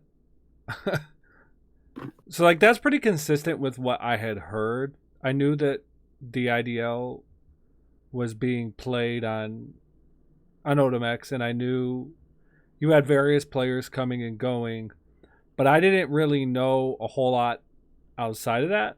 I mean, because the only lens I had at that point in time after the 2012 summer season, the first season on Odomex, was I joined R pretty much for the rest of my time until, I don't know, when I came back and Caboose kicked everybody out because we were all inactive. And I joined R because Stal was in R with Genova, and I started hanging out with them a lot. And we were playing League together a lot. So I didn't really know specifics, but they all told me, "Oh yeah, man, like Odomex is pretty much like dog shit right now." And like you said, like there's only so much that one coder can do, and you've got people up your ass about it constantly, and nobody's ever satisfied. And even like Z-Damon, I can understand how they got like that. That doesn't excuse a lot of the things that they did, but yeah, like that's neither here nor there. The point is that I do know that during that time, it wasn't good on Odomex, and Odomex was coming along, and many of their developers pretty much kind of just said, yeah, more or less, look, you don't like having a buggy port, but this is playtesting. So there was also like a lot of distrust between the players and the administration on the IDL. And I know when they had come back from, what was it? I think it was 2015. I'm fairly certain it was 2015. Maybe it was 2014. I mean, honestly, it's a blur. But I knew that they came back on Zandronum. And I think I started playing in R scrims. And I was playing on Zandronum with Genova, Stal, Saber, because we were all in R. And so that time on Zandronum, I had gotten a little familiar with it. But then you guys had come and moved to moved the IDL to Zandronum, and I signed up for Zandronum, and I know you guys were going through like a big PR thing to try and push IDL like to Zandronum players. And I remember Bones, I had talked with him, and I had done like an interview with him on their little IDL radio or whatever, because it was like hatred's coming back, like, and they billed it as like the prodigal son has returned, like that sort of thing. and it was way overrated, and it was like way hyped. But this is kind of where like we had our falling out on the Zandronim season, because there were Zandronim at that point, like you said, kind of was the laughing child of the Doom ports. Everybody looked down upon them, but that's largely just because their history was just all over the place. Like, let's be honest. You know, they weren't sure if they were a competitive port or a Z Doom port that like had new features, and there was always like this area of in between. And everybody that I've ever known that has done any coding has told me that their fucking netcode is held together by like spaghetti string, and like they don't know what to say other than it's just the worst thing I've ever seen. and I'm not trying to dog it, because it's come a long way. Zandronim it truly has come a long way. I mean, compared to what it was as Skull Tag back in the day, yeah. But I remember like I had come back and well, I mean, yeah. Go ahead. Stop you for a moment, but I've made patches or Zandronim, many times, and I've added some things and fixed some stuff, but it's a bitch to work on. It's such a big project, and the part of the problem, as you said, is the foundation isn't too great. I don't know. I never met Carnival, never interacted with him, but from what I heard, he wasn't the best coder at the time, and that was the cause of a lot of problems. Yeah. And like you said, ZDM players were all elitists. We thought anybody that played Skulltag was inferior because our port was Doom, and if you couldn't do or play CTF on ZDM, you were trash. Right. But going back to what you said, IDO and Zandronim. So you had returned, I recall, and I know a lot of people will shit on that season, because remember, it was only one season. They'll shit on that one season, but it really wasn't that bad. It was a lot better than Ultimax. In hindsight, no, it wasn't that bad. The biggest problem was the Master Bowl. I don't remember who the teams were. I think Style was on one of them. I don't remember. Fuck if I know. But the problem was that they just didn't want to play. Like, they would hold up scheduling, and you're just like, okay, so at the time I'm still a board member. You go through all this trouble to appease the player base. It's like, oh, why you guys always got to use Ultimix? Why do you got to use Zedium? Why can't you use Skull Tag? We finally give these guys, this player base, the IDL, and they're fucking obnoxious. Yeah.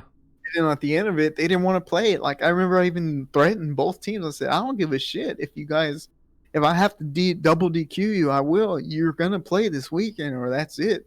I remember I made that threat, and I didn't give a shit if I had to do it. And lo and behold, they played that weekend, or whatever the fuck it was. But that was the main holdup of that season.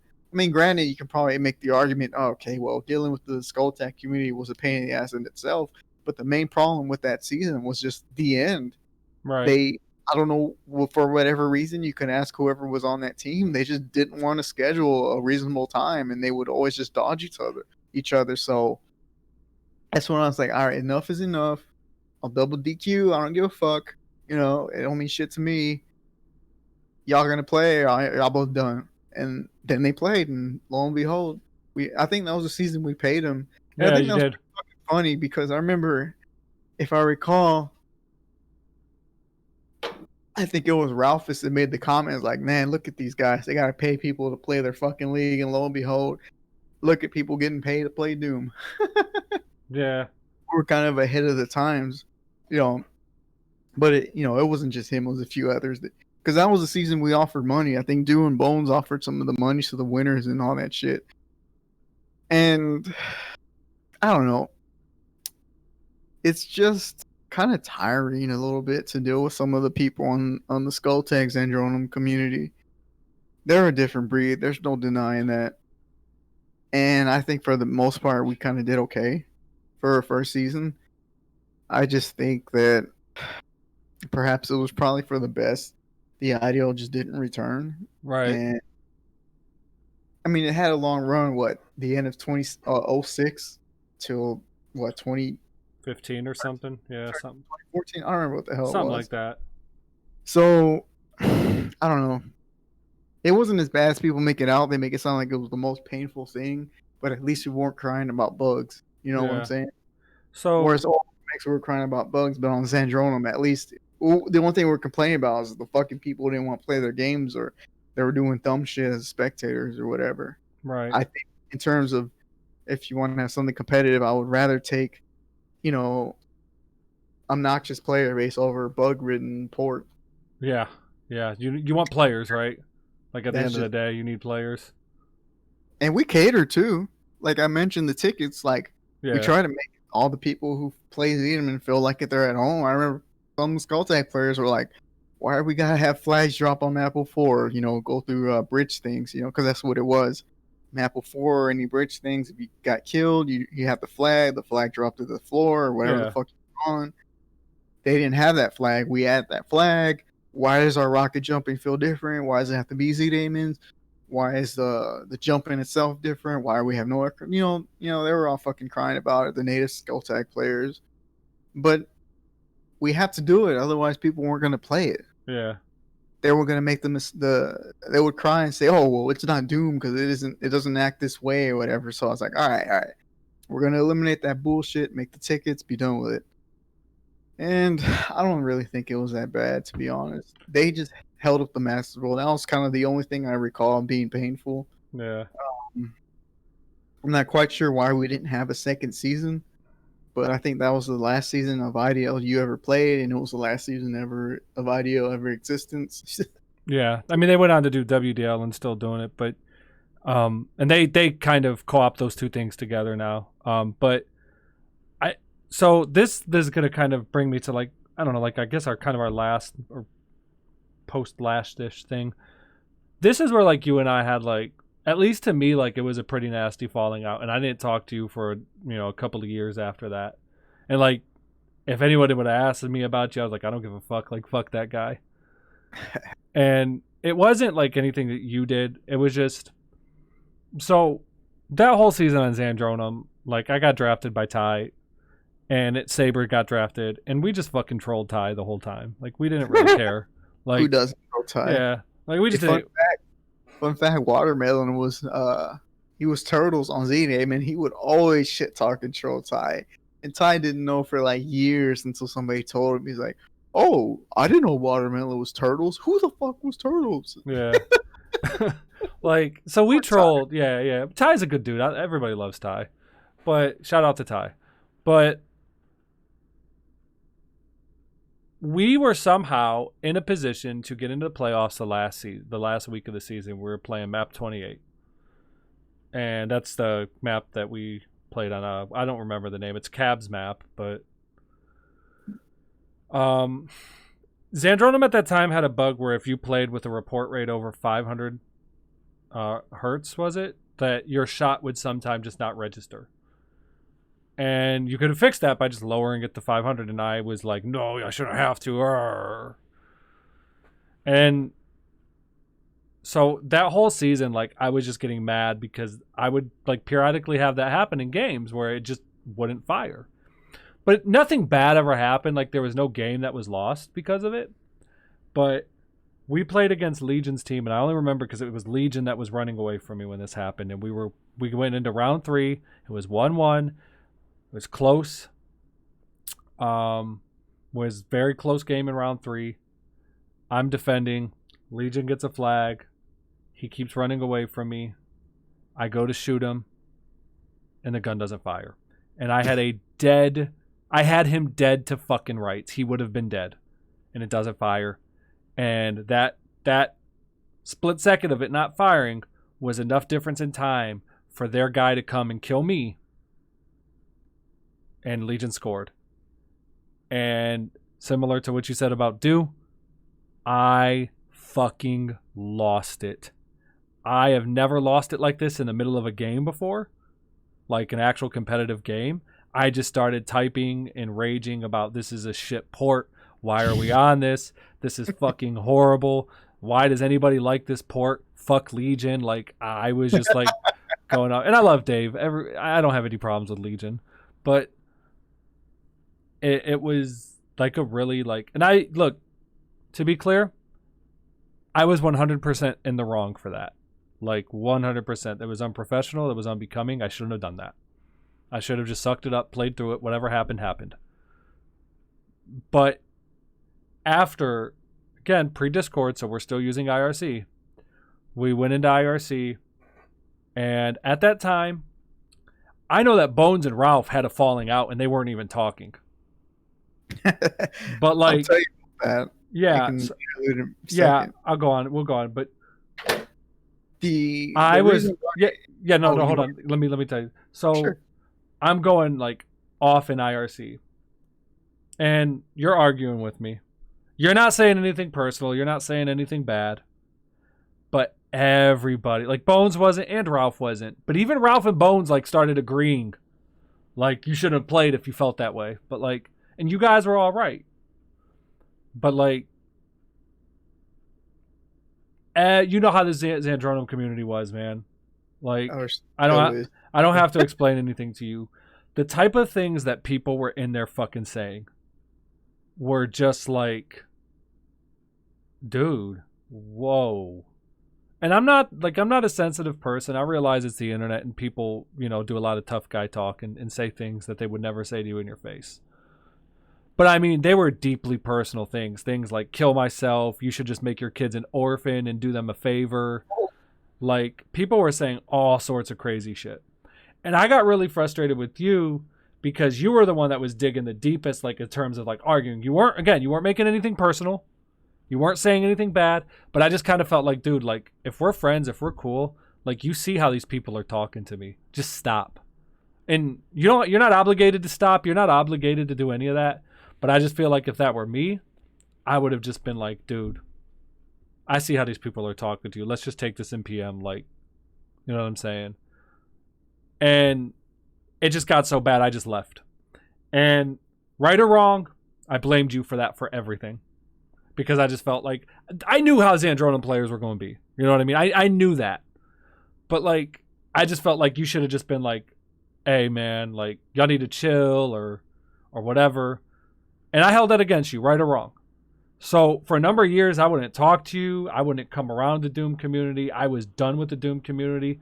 Like, I came back in 2017 to run that tournament, and you had given me a lot of shit on the forums, and I'm just like, I'm not even going to say anything to you.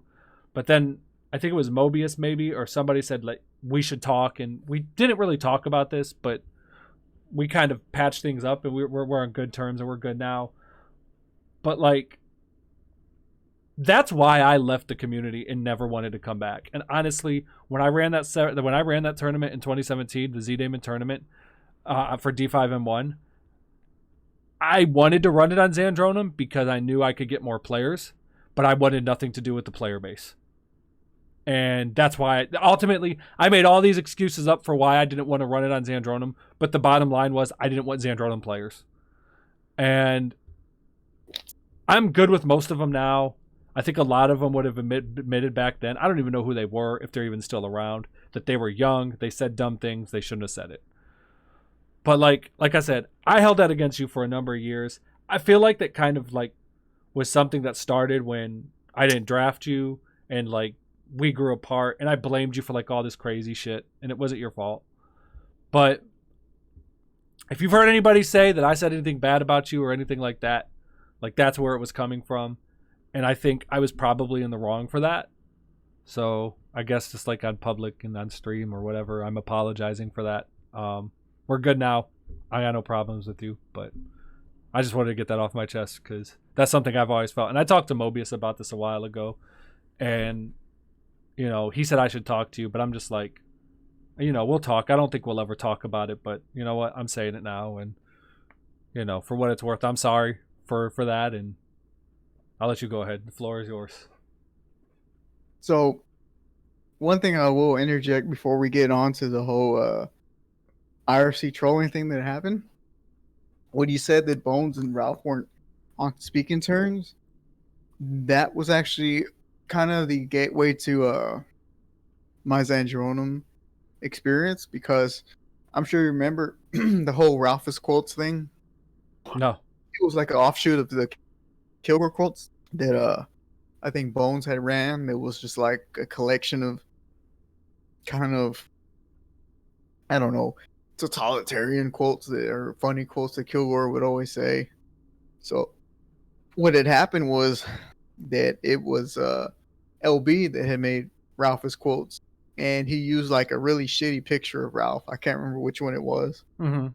And Ralph saw this picture, and he thought that it was Michael. So he would always give Michael shit on the servers and IRC because he felt that it was Michael that was doing it on, because remember there was the whole clique of, Mass VC, Ladna, Yeah, yeah, Mike yeah. and No Star. So he always thought that it was Mike Hill trying to up on him and just trying to embarrass him or just, fuck with him. And eventually it came to the point where it was like, no, Mike Hill didn't have that Ralph's quotes. It was LB the whole time. So Ralph was like, all right, fuck you, LB. I give you access to my Facebook or whatever. You do this shit. So he kicked him out of UD. He didn't want anything to really do with him for a good while. I don't even know if he has anything to do with him today, but he kicked him out of UD, didn't want to talk to him. Ralph was, Bones was still, okay with you, LB, because LB's he's a cool guy for the most part. Right. So I guess Ralph kind of took it personal because it's like, Bones and Ralph had this whole, you my bro, that kind of shit, whatever. So I guess Ralph expected Bones to have his back and expecting Bones to apprehend LB and say, you shouldn't be doing this shit. Fuck you. You're banned from the RC or whatever the fuck. But he didn't. So I know they claimed otherwise years later, but he did kick Bones out for not having his back like that. And I took Bones, LB, and Fluffles, and we made like some San Jeronimo clan and just started playing. And that was kind of our gateway to it. But that's kind of why you say that Bones and Ralph weren't talking. It was just because of that whole Ralph's quotes situation. And, Oh, they're like brothers. They've known each other since they were fucking 13, 14, whatever. So it was going to blow over. I knew it was. There was no way they were never going to talk to each other for the end of the earth. But that was the whole reason you mentioned that. I wanted to bring that up. That was why they weren't talking, because of the whole Ralphus thing. He expect the whole Ralphus quotes thing. He expected Bones to have his back no matter what and just say fuck you, LB, don't be doing that shit. You're done. And he kind of wasn't, because he kind of to be honest, it was kind of fucking funny. Those quotes were. So that was that whole thing of why they weren't on good terms at that time. right. As for the whole IRC thing, the way I saw it was that I didn't expect you to go off like that. And as for the San Jeronimo community, when they see blood in the water, they're gonna fucking jump. Oh, And yeah. it's not because it's you. If it was Ralph, if it was Chewy, if it was Jacus, it doesn't matter. If it's a high profile player that has some kind of pull to his, or prestige, I guess, if you will, to his name, they're gonna fucking jump on you regardless. It doesn't matter. It was just a rare opportunity of somebody who never faltered like that. He freaking broke down and started ranting like a madman. Of course they're gonna jump on you. That's kind of how they were at the time, and they kind of still are, arguably. But that's why, to me, it felt like, well, you're better than that. Why would you just start bitching, about the port or whatever? All ports fucking suck at the end of the day. But when you're a high profile player and you do that shit, it's no surprise that they're all gonna jump on you. And that's kind of what happened now. I don't know what they were telling you in PM, because I don't see those, obviously. They're between you and whoever was PMing you. But because it was playoffs, right? Correct me if I'm wrong. It was No, a playoff. last week is the last week of the season. Okay, so it was the last week of the season. There was playoffs on the line, right? Yeah. So, you got an important match. You're a high profile player, and you go off like a madman. Of course people are gonna shit on you. Mind And to you. me, it's like, all right, I didn't expect that from you. I expect that from somebody like Zanero. I expect something like that from, I don't know, fucking No Star. If he loses, total trash or whatever. But to me, it was like, all right, I didn't expect that from him. He's doing it, whatever. There's no reason for it. Everything, people drop packets all the fucking time. So what do Yeah. you?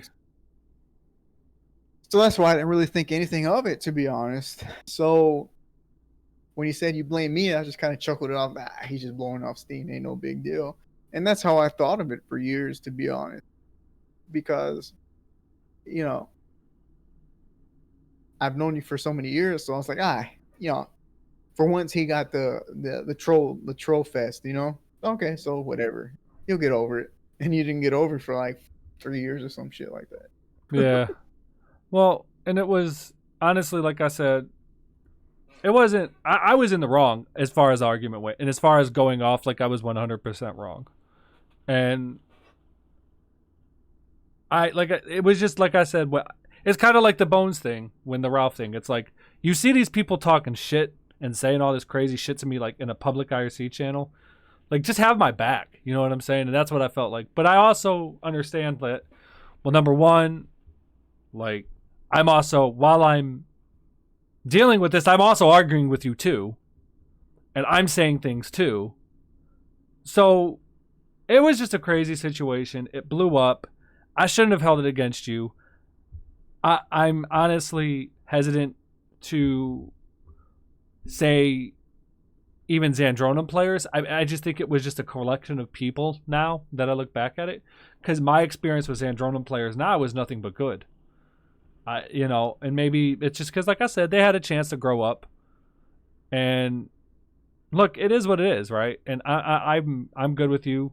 Like I said, I guess it just hurt me the most because at one time I looked at you like you were my best friend, and I felt like in that moment you just should have done more. But it is what it is. We're good now.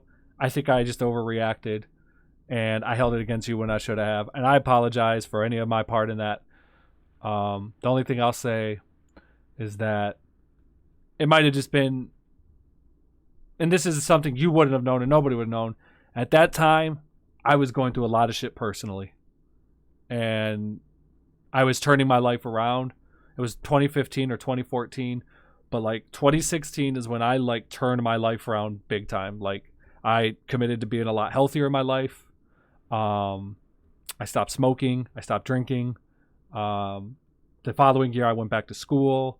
I became a better husband, a better father, all of those things. And at that point, I was at my lowest at that point.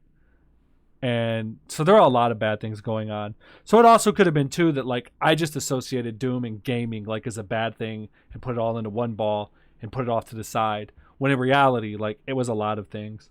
But that left a lasting impact on me. And that's why I didn't talk to you.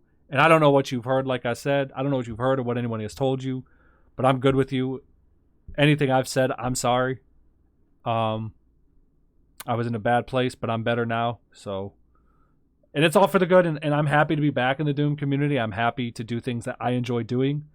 I think that's why I'm working with the MDF the way I am, even though I think that, I've definitely heard about some sketchy things that have happened with the MDF in the past. The only thing I will tell the players is, I get that. I understand how you feel, but I'm not, like, even though the MDF is like this cohesive unit, we all kind of have our own view. And we all do our own things. So don't give up on us yet. Don't give up on me. Just give us a chance as far as that goes. But yeah, a little plug there for MDF and to close out that part of it. That's how I felt. So I don't know. I don't know if you have anything else to say about that, but well, from my understanding, it was pretty much one-sided because I remember one time Dr. Noob was trying to troll me, because there was this time period where he would troll our team speak, or, A3's team speak or whatever. And he mentioned something that I didn't quite understand. He's like, "Yeah, Hatred don't fucking like you and this and that. You're a terrible friend." I was like, "What the fuck is he even talking about?" Because to me, that whole IRC blow up, I didn't even think much after it. Because you have to understand, I was like part of the board. So what is my job? To keep things, from going out of control. You don't want players fucking blowing up and making things, unnecessarily dramatic more so than they should be. right. So to me, I just saw it as like, oh well, he's just blowing off steam. He'll get over it. To next week, he won't give a shit. And I didn't really even think about it. Like I didn't feel any kind of way about it. I just felt like He'll get over it. He'll be fine. So to me, my duty is just to, if somebody's gonna make a big bitch fest about whatever we've done, whatever port we've chosen, so my job is to, all right, well, just minimize their impact of whatever they're doing. So if you're making a whole bitch fest, like you're saying this port shit because your shot got dropped, it's like, all right, well, whatever, I'm just gonna like calm it down, and then everybody has their fun with it, troll whatever the fuck, and it's next day, whatever. So I never really dwelled on it. So I didn't even know you felt this kind of way about it until I had said something about it. And I didn't even understand it when he mentioned it. I was like, "What the fuck are you talking about? Shut the fuck up," Because I felt he was just pulling my chain. So, you know, to me, I thought he's such a profile player. He shouldn't be doing this. Oh yeah. He's this. That was my whole thing. Like he shouldn't be doing this. Oh, Like I was I in the would. wrong. I was in the wrong about that for sure. Like I wouldn't do it. Like you won't hardly see me bitching about the port like that when I was an active player. Um, Nowadays, if I don't feel a certain way about a port, I just don't play. Yeah. I have the foresight to say I don't like this. I'm not gonna do it. So be it. Whatever. But that's why to me it was like left field, like that you felt this kind of way. But the Zandrona community has always been the way it is. So I didn't quite know. They said some shit, whatever. So It was chaotic. I mean, and I held on to it. Like I said, it was me. I held on to it. And I probably So made a much bigger deal of it than you did. For me, like I said, it was like a traumatic thing. But for you, it was... to me, it wasn't dramatic. It was just like Tuesday to me. Because how many times have we seen players blow up because they lost the Oh, yeah. match? But, yeah, no. And that's why I said, like, I think I took it to another level. And it was... It just is what it is. I was in the wrong. I think I shouldn't have held that against you, and I did. So I'm sorry that I held That's that no against big you. deal. I didn't even think anything of it. And to be honest, you ain't the only one. There's been other players that have fucking been vocal enough about losing the match and dropping a shot or losing the packet. So it ain't the Oh, first time, and it definitely ain't yeah. gonna be the last time as long as Yeah. It's people play whatever. leagues on Doom ports. It's whatever, man. So let's we're running over 2 hours now. So I want to close this out. Oh, we So still got so much more to go through. We should just drop another 30 minutes. drop another 30. Okay. Well, I wanted you to talk to me about the post like A3 era and your time in A3 and kind of the things that went on with that and what led to your inactivity. Because it seems to me now that you're just like, well, I like mapping, I like doing this thing, but I don't want anything to do with events, and I don't want to play Doom. So like, what led up to that, and how you're at this point now? So after that whole IDL season, we had, we paid out people. They finally fucking played. All right, whatever. I can't remember exactly why, but we didn't want to run the IDL again, so it was kind of dead. So Do had the whole rights, if you want to say, to that name IDL. It was tied to him, and the league on any Zandrona league was done by some, like Dragon did his own thing. Zakin did his own thing eventually, but the IDO died after that first Skulltech season, and the only legacy it had was like a Prive pack Mm-hmm. because I was admin of the NJ servers, so obviously I'm like, all right, IDO's dead, but it can live on in a fucking PK3, so be it. So I was doing that for a while, and I just didn't really. It was tiring. So much bitching, so much fucking trolling. Like being an admin was so fucking tiring, you know.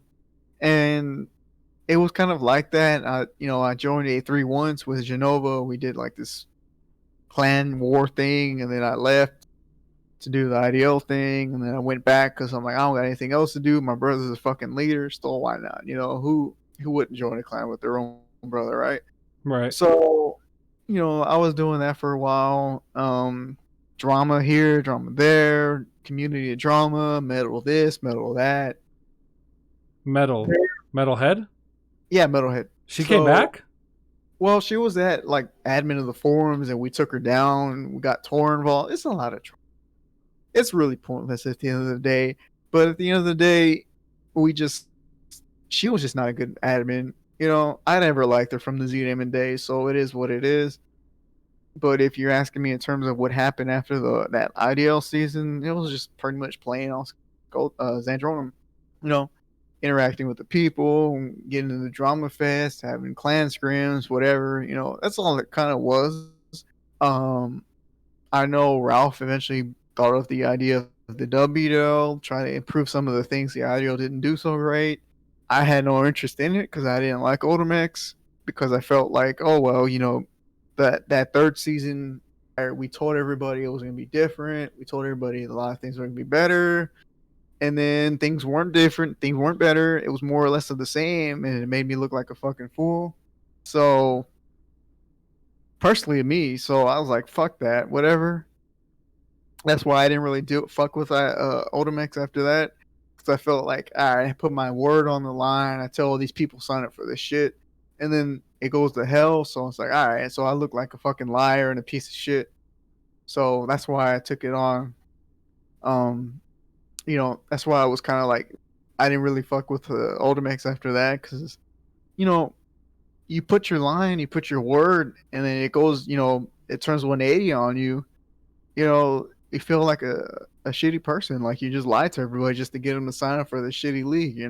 Right. So that was my reasoning for not wanting to have anything to do with Ultimax. But the whole Skulltag thing or Zandronum thing was just, just clan drama, politics, playing here and playing that. Um, my gist was the main thing I did was just admin and play. And to me, I kind of got tired of dealing with the Zandrona community. I think the tipping point was I talked to Alex and I talked to the other admins of NJ, which is like the main hub of all the competitive players. And we wanted to reform and do rules right and, have strikes against people who were doing dumb shit like throwing in prime, disconnecting mid game, all the shit that people Yeah, always yeah. did. So we wanted, we came up with some sort of punishment system. So we rolled it out. People got punished, and then at Genova, because we were always like, I was always butting heads with Genova, because there was just these time periods where Genova would be like super cool with you, hey, what's up, bro, and this and that shit. But then he'd go on to Trofest, and it's like, well, all right, so which Genova am I dealing with, the piece of shit or the bro? So what he did was he kind of told me, hey, so and so is breaking the rules. You should apprehend him, ban him, blah blah blah. And we banned some people for breaking rules. And then he went and go ahead and threw up his own server and had everybody in there who got banned. And it was just kind of like a taunt, I guess, to everybody that was on the NJ admin, like, you guys don't got any pull or whatever, that kind of shit. You're all stupid. And to me, that was like the final straw. I was like, you know what? Fuck all those guys. I don't give a fuck about them. Because it's pretty obvious they didn't care about rules and having pride, structure or whatever. So it was that turning point where I didn't care anymore. I didn't give a shit about being an admin and trying to make things right, because it's obvious they care more about doing dumb shit than actually, a competition or whatever the fuck you want to say. And after that, I was like, all right, whatever. Fuck all these guys. I don't care anymore. That was kind of the beginning of the end of my adminship on NJ, because I had been an admin for some years, because I never had any, I always got along with Alex Max. I talked to him recently, some few months ago, just some questions. And I never had any problems with him. I talked to him straight up. He was never any kind of like, he never did any kind of like dancing around or any kind of bullshit. So to him, he was more of the laissez-faire. He didn't care. Like, he wanted his admins to do all the hard work. He just paid for the servers. Right. So in terms of the Zandronum people, after that happened, I was like, whatever. You know what? These guys don't care about structure or anything. They just want to troll and all that nonsense. So that was kind of like the beginning of me not really wanting to have anything to do with the Pride community. because that was really the Pride players that did all that shit. And to be honest, I know you said you weren't around for a lot of the that season that you left for San Antonio, but personally for me, it was just constantly fighting with like R or whoever, TM, administrators, Genova, whatever. It was nothing but drama for the most part. Um, you know, for me not really wanting to be a part of it, it was just getting tired of it. Even though I was always the kind to just want to fight all the time, even it drains me after a while. Right. So that's kind of just it. Like I just didn't really want to fucking deal with that shit anymore. When when that happened on NJ, when they kind of just put up that server and taunted us for trying to like be actual admins, that was like, all right, you know what, whatever. Fuck all this shit. I don't care anymore. And after that, it was just really just kind of like slowly piecing away, chipping away at being involved in the community. I know you probably would say, "Oh, well, did you do anything else?" I mean, we did clan scrims, we did mapping projects, and this and that. But what got me back into Doom was kind of just the CTF portion of the IDL, Mm-hmm. and trying to stick around, trying to relive that stuff was kind of just what I was doing at the time. And then when I just really didn't enjoy the whole competitive aspect, the player base and the attitude and the general mindsets of the people, that's when I slowly started really didn't care anymore. Because all it was just bullshit egos and drama at that point. And even within our own group, we had fallen outs with people, and it came up to the point where it's like, you know what, I'm done with this shit. I don't care. I just don't want anything to do with it. So that's kind of why I just stood away. And I just didn't really have anything to do with it. I turned in my keys to the administration for NJ. I stopped playing. I didn't care about leagues or whatever. I just did my own thing. And that was kind of the whole just moving away from Doom, I guess. Because after the whole thing with you happened, it was all just that whole Zandrona thing was just mainly just drama and power struggles or whatever. And I don't know. After so much, you get tired of it. You just like, why am I even caring about this shit? It's not important. And that was kind of my whole attitude in the past few years. It's just like, you know what? I'll just distance myself and not really care. And there's so much more drama, but it's not worth getting into. I think I think for the best part is just distancing yourself. And to be honest, a lot of the people that are still around kind of don't even really care about the drama stuff. And in a way, it's kind of sad because when nobody cares, who cares after all? But I mean, it is what it is. Yeah. So I mean,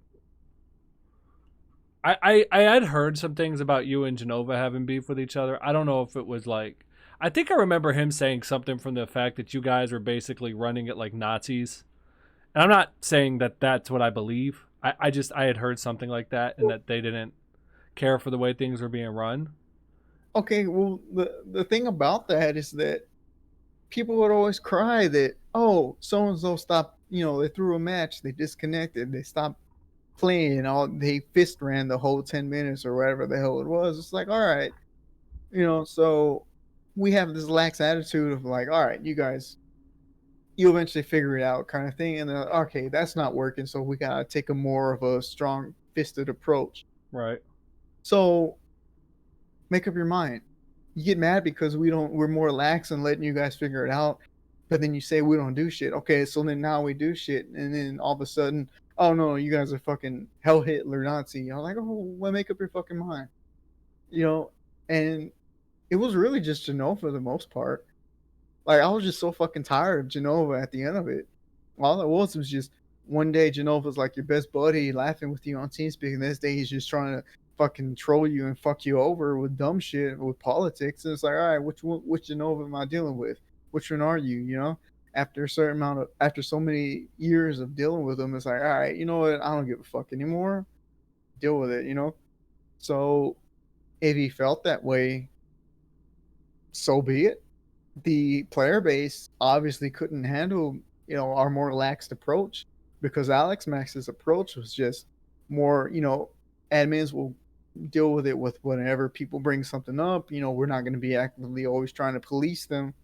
That was his approach. He just wanted to pay for the servers and have his admin team, do all the dirty shit. So, and Right. we did that. So, when that wasn't working, what more are we supposed to do?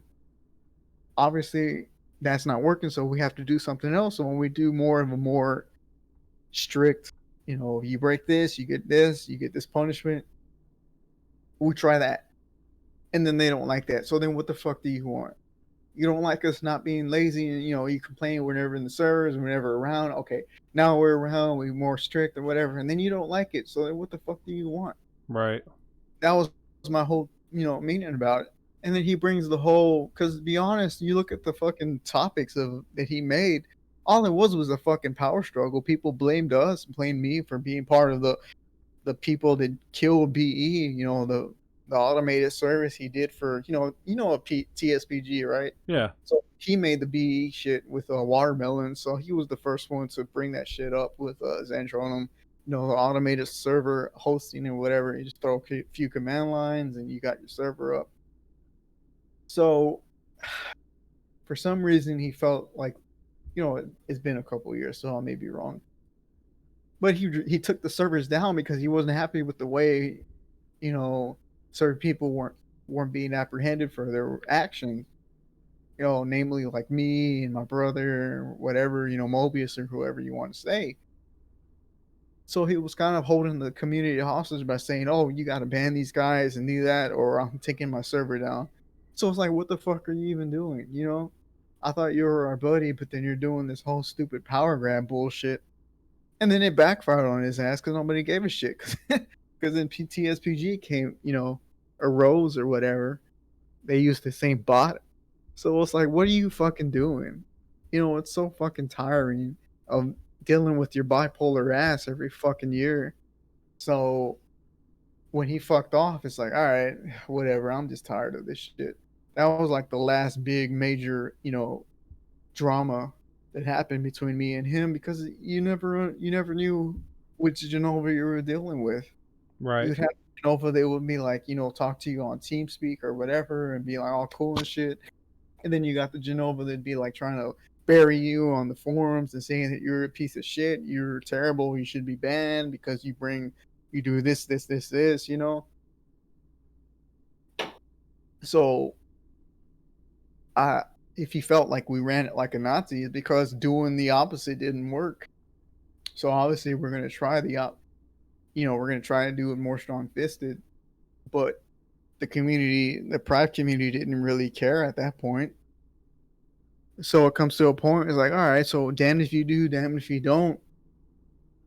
And after the whole Genova took down PE, it was just really tiring. I was already done with so much drama. It was unnecessary. It was literally just a power grab.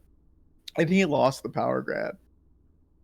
So the thing is that he didn't realize that it doesn't matter how much money you put into Doom. If you're a server host, you're pretty much expendable. It's happened so many times in ZDaemon and on any of the ports.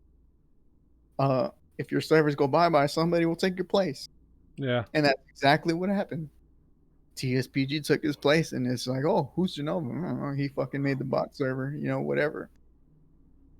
So, I don't know.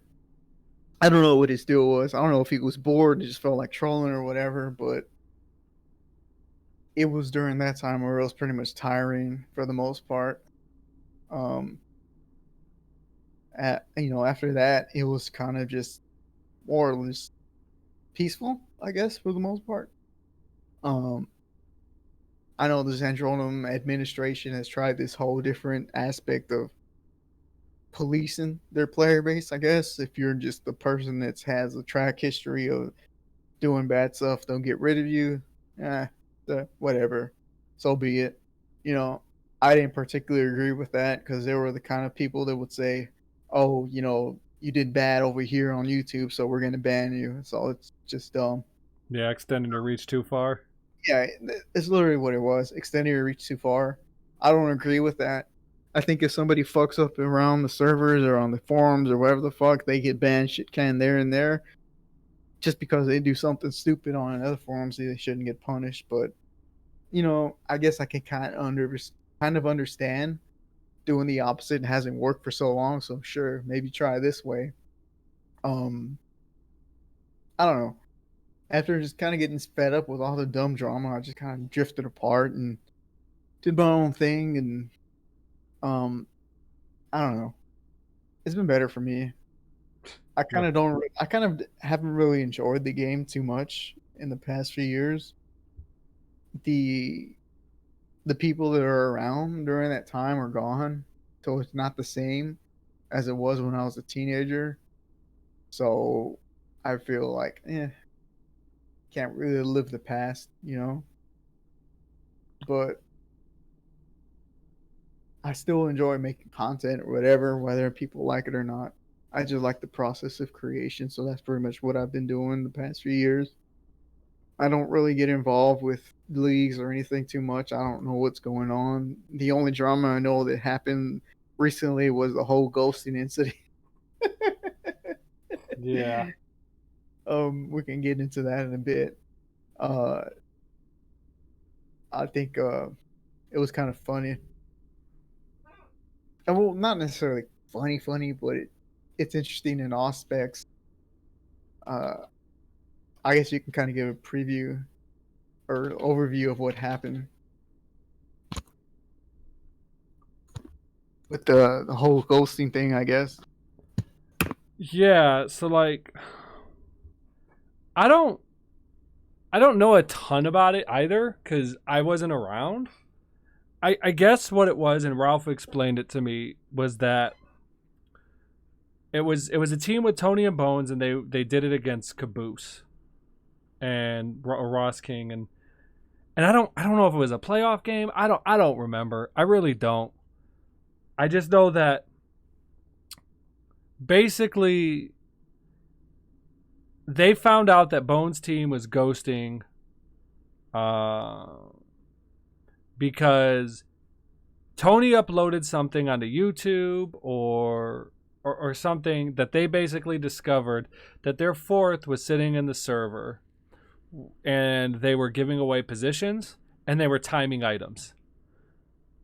And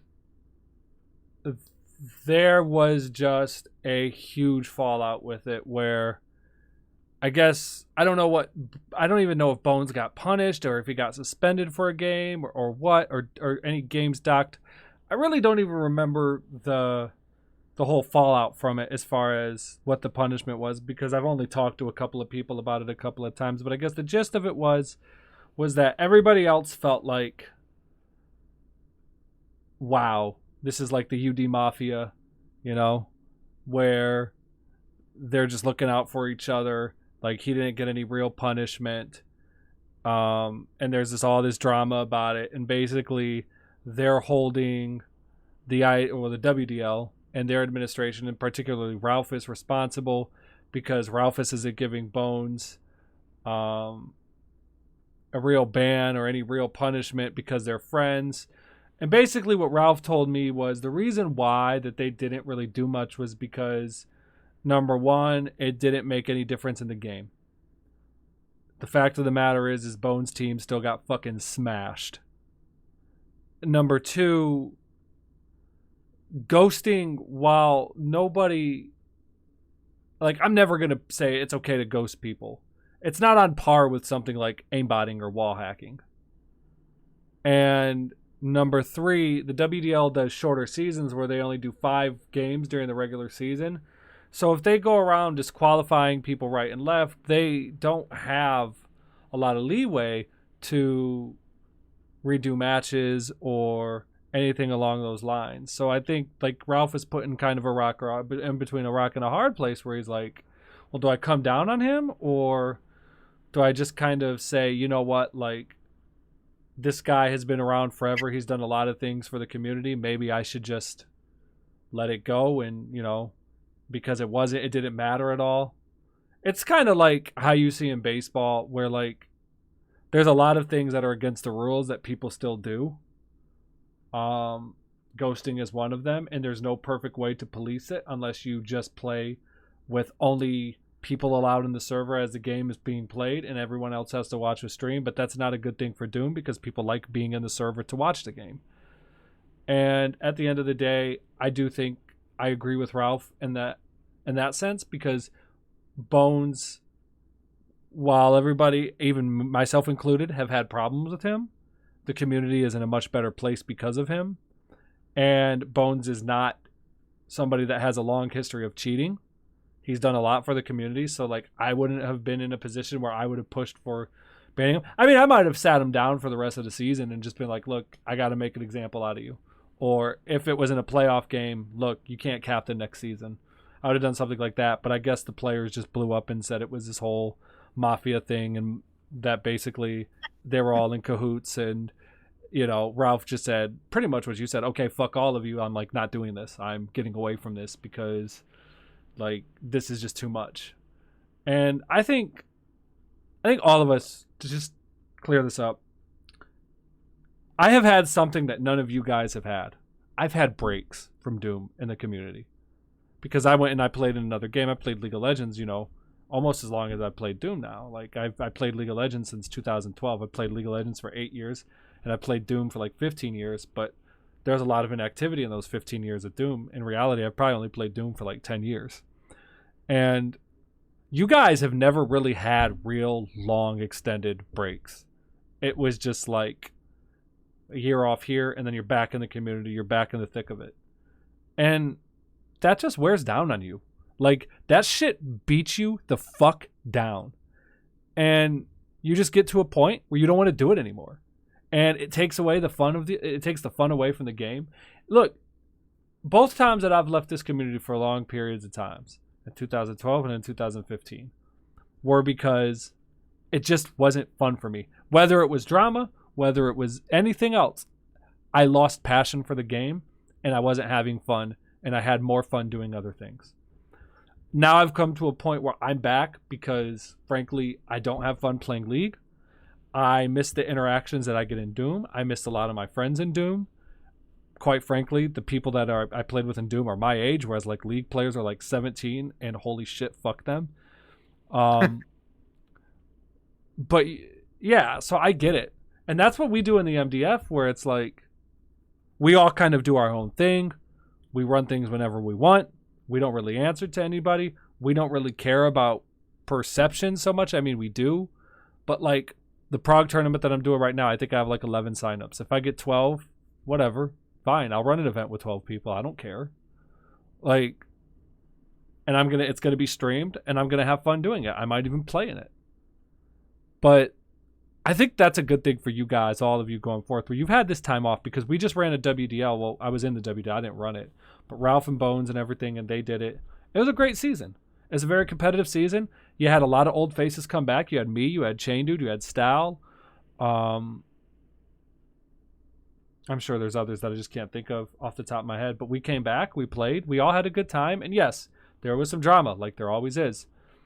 But you want to know what? At the end of the day, like, if you just get to a point where you say this drama isn't worth it anymore for me, then there's nothing to say. There's nothing to do. It's just, you just have to get to a point where you say, I could deal with the drama. I could put up with the bullshit, but I could definitely see and understand, because I ran that tournament in 2017 and I'm running one again now. And I just ran Judas July. It is a nightmare because no matter what you do, you're never right. And, you know, armchair critiques have everything to say. And what I could say is, it's like, you know what, though? That's true, but let's not become like the people we swear to hate. And let's not become like the people that pushed us out of this game or pushed us away from this game for whatever reason. Because that's not what I want to be. And that's why I'm doing exactly what you are. I'm doing what the fuck I want to do, and I'm having fun. And at the end of the day, I hope that maybe you could find that for you too. Maybe you could get back into playing at some point and play in a league. Maybe we could bring EBL back. But yeah, if you're not having fun, there's nothing to say. Like, I'm just gonna do my own thing and enjoy it, right? Yeah. I wanted to mention the whole ghosting thing because I think that was probably the last big drama that happened. I mean, there's probably other stuff that I'm just not aware of, but I think that's the one that I heard of, and I had been detached from the whole competitive scene at that point. But it's such it is kind of annoying because it is a more complex situation than most people think about. sure. On one hand, you have say, okay, sure, this guy had his fourth ghosting on voice chat, saying when the timer of the soul sphere was going up. But on the other hand, damn fool to think that nobody else was ghosting with their fourth back in the audio days. Like everybody was fucking doing it. We tried it, remember? With Rudy? We tried it in a practice with him. We never did it in a game, Right. So, but we got smashed. well, you got people like No Star who was uploading demos of his teammates. When people were like, they were told upload your demos to Mm-hmm. the, and he was uploading his teammates' demos. He didn't demo shit, and he got punished for it. But everybody was doing shady shit back then. They just didn't get caught. Like me, I uploaded Gilgamesh's demo. I just fucking changed my name to his, and nobody knew. I told Strangle to play for Dawson Nation. Nobody realized it. Right. Like I told him to alias his Dawson Nation in a match or something, and people bought it. Like everybody was always doing shady shit. As for the whole ghosting thing, like yeah, sure, okay, yeah, it's bullshit that you have a guy who can spectate and watch the whole match and move them along the map and tell you, oh yeah, the timer's up in 25 minutes, 25 seconds. On the other hand, I mean, you're kind of putting a rock in a hard place, like you said. Either you apprehend this guy or you come out and say, okay, yeah, it's okay if you do that. And I think most of the players were unhappy with the fact that they got neither. You know, they didn't get an official word to say, oh, well, this has always been, something has been practiced. So yeah, it's not against the rules. And they also didn't get, oh, well, he's getting banned for the whole season. Because I think what it was is that Bones got banned from capping. Is that what it was? I don't know. I don't even know, to be honest. I think that's what it was. I don't think he got banned for that season. But, like I said, you'd be a damn fool to think that No Star or whoever the hell, whatever teams didn't utilize their fourth to help with timing items because you can't police that. Or giving away player position, which was another thing. But You can't stop ghosting. I mean, you can, but you have to code it in your port. well, you'd ruin the Doomix. I'd argue you'd ruin the experience for the players that like to be in the server, and that's a big thing in the game. Well, you got to remember these days now, people are more into streaming than they were in 2010. Back in 2010 or 2011, we just had Rot King doing streams by himself. Yeah. Nowadays, more people are having the streaming shit uploaded into their videos, so streaming is a bit more, more fleshed out these days than it was 10 years ago. Right. But at the same time, if you want to prevent ghosting, you have to prevent it on your port pretty much. If I were having a port, if I had a port and I was going to say, okay, well, I want to prevent ghosting, the only way you can do that is if you have your two teams, your red and blue, and they both have a spectator kind of thing where their fourth stay, and then nobody else is in the server, and then they just stream it. Right. I don't know how feasible that is, but that's literally the only way that I can think of off the top of my head. Because you can say, all right, you three, you're on red team, the other three are on blue team. Your fourth is on the spectator blue. Because remember, Z Damon has team spectators, right? Because you can set your team red or blue in the console, and then when you join a server, you're not joined, you're as a spectator. So you kind of take that concept and, the fourth of each team is on the spectator color, and everybody else is either spectator or not in the server. And it's a fucking pain in the ass, basically. But going back to the whole spectator thing, yeah, you could make the argument it was cheating, but at the same time, Everybody was doing it back then, or most people were doing it. And I think the fact that they didn't really specify that, oh, this is against the rules, or oh, this is okay, is probably what bit what bit them in the ass that season. And that's what brought along the whole memes about the whole ghosting, oh, we ghost and still lose a match. Yeah. Well, I don't think it matters much. Like I think the fact of the matter is in Doom, like you almost always know where your opponent is anyway, just based on the way the maps are constructed. And you can absolutely just time items without having to ghost. We did on EBL. We timed items very well. Like you just have to practice. So like I think I'm with you. It's like I said, you're lying to yourself if you don't think people weren't doing it in the past. And everybody was doing shady shit back then. They just didn't get caught. And to be honest with you, that's not saying that like we condone it. Yeah. But like you have to see you have to see spectrum. Like not everything is black and white. Like there's variance, right? Like there's degree.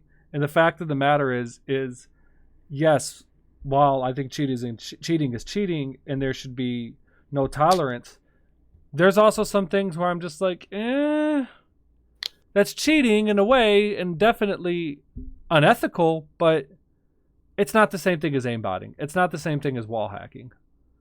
And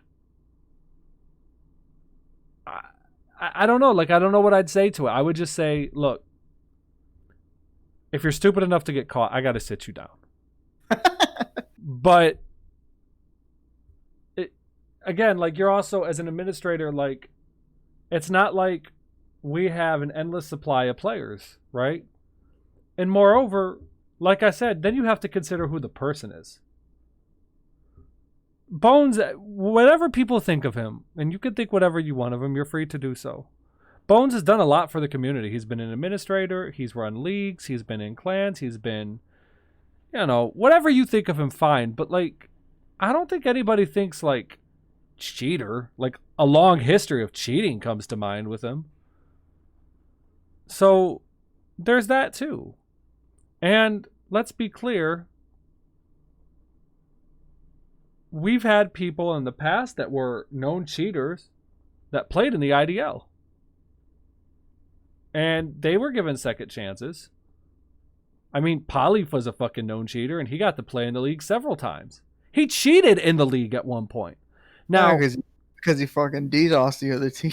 Well, no, he played as Dragon, and there was a whole controversy about whether he cheated or not. To me, it wasn't even a controversy. It was very clear he was aimbotting. Oh yeah, well yeah, he was aimbotting and on top of DDoS on the other teams. But they let them come back, and I'm of the same opinion. You know what? If someone shows that they can change, and someone can show that because I think people get better over time, so I'm not into permanent bans anyway. So if that's the mentality that you have, and I know that's a mentality that Ralph tends to have, yeah, like, and if we're going to consider the person, I'm not going to make that big of a deal of it, especially when it didn't affect the match one fucking bit. So, look, I understand if you were a team that got that had that done to you, how you might feel some type of way. But me, I would just say, you know what, like, even if that happened to me and I lost, I would still say, well, that's not why we lost. You know what I mean? Like, we could have done 1,000 things differently. We could have done A, B, and C better. Them ghosting me didn't make their players shoot better than me. Them ghosting me didn't make them aim, you know what I mean? Like, move better than me. And because Doom is such a fast-paced game, even if, like, you tell me where somebody is, by the time I get there, they're across the map. So, you can keep on telling me where they're going, but, like, in my experience, when we did that with Rudy, it was more distracting and unhelpful and unuseful than anything else. And I can't imagine it being really that helpful in any scenario. So with that in mind, like, I just look at it like it's not a good thing. If you're going to sit them down and say you can't cap for a season, that would be good enough for me. And if players feel some type of way about it, they feel some type of way, but they're going to regardless. So you just got to fucking do you, hold your head up and keep moving on. But I think Ralph got to that point where you were. They just said, you know what? I'm done with this. Like, And it took them 2 or 3 years to come back and do another league. And he basically rolled out of bed and posted, hey, we're running a season, sign-ups. And I wasn't even going to play, but then I saw Juan signed up, then I saw Chain Dude signed up, then I saw Style signed up.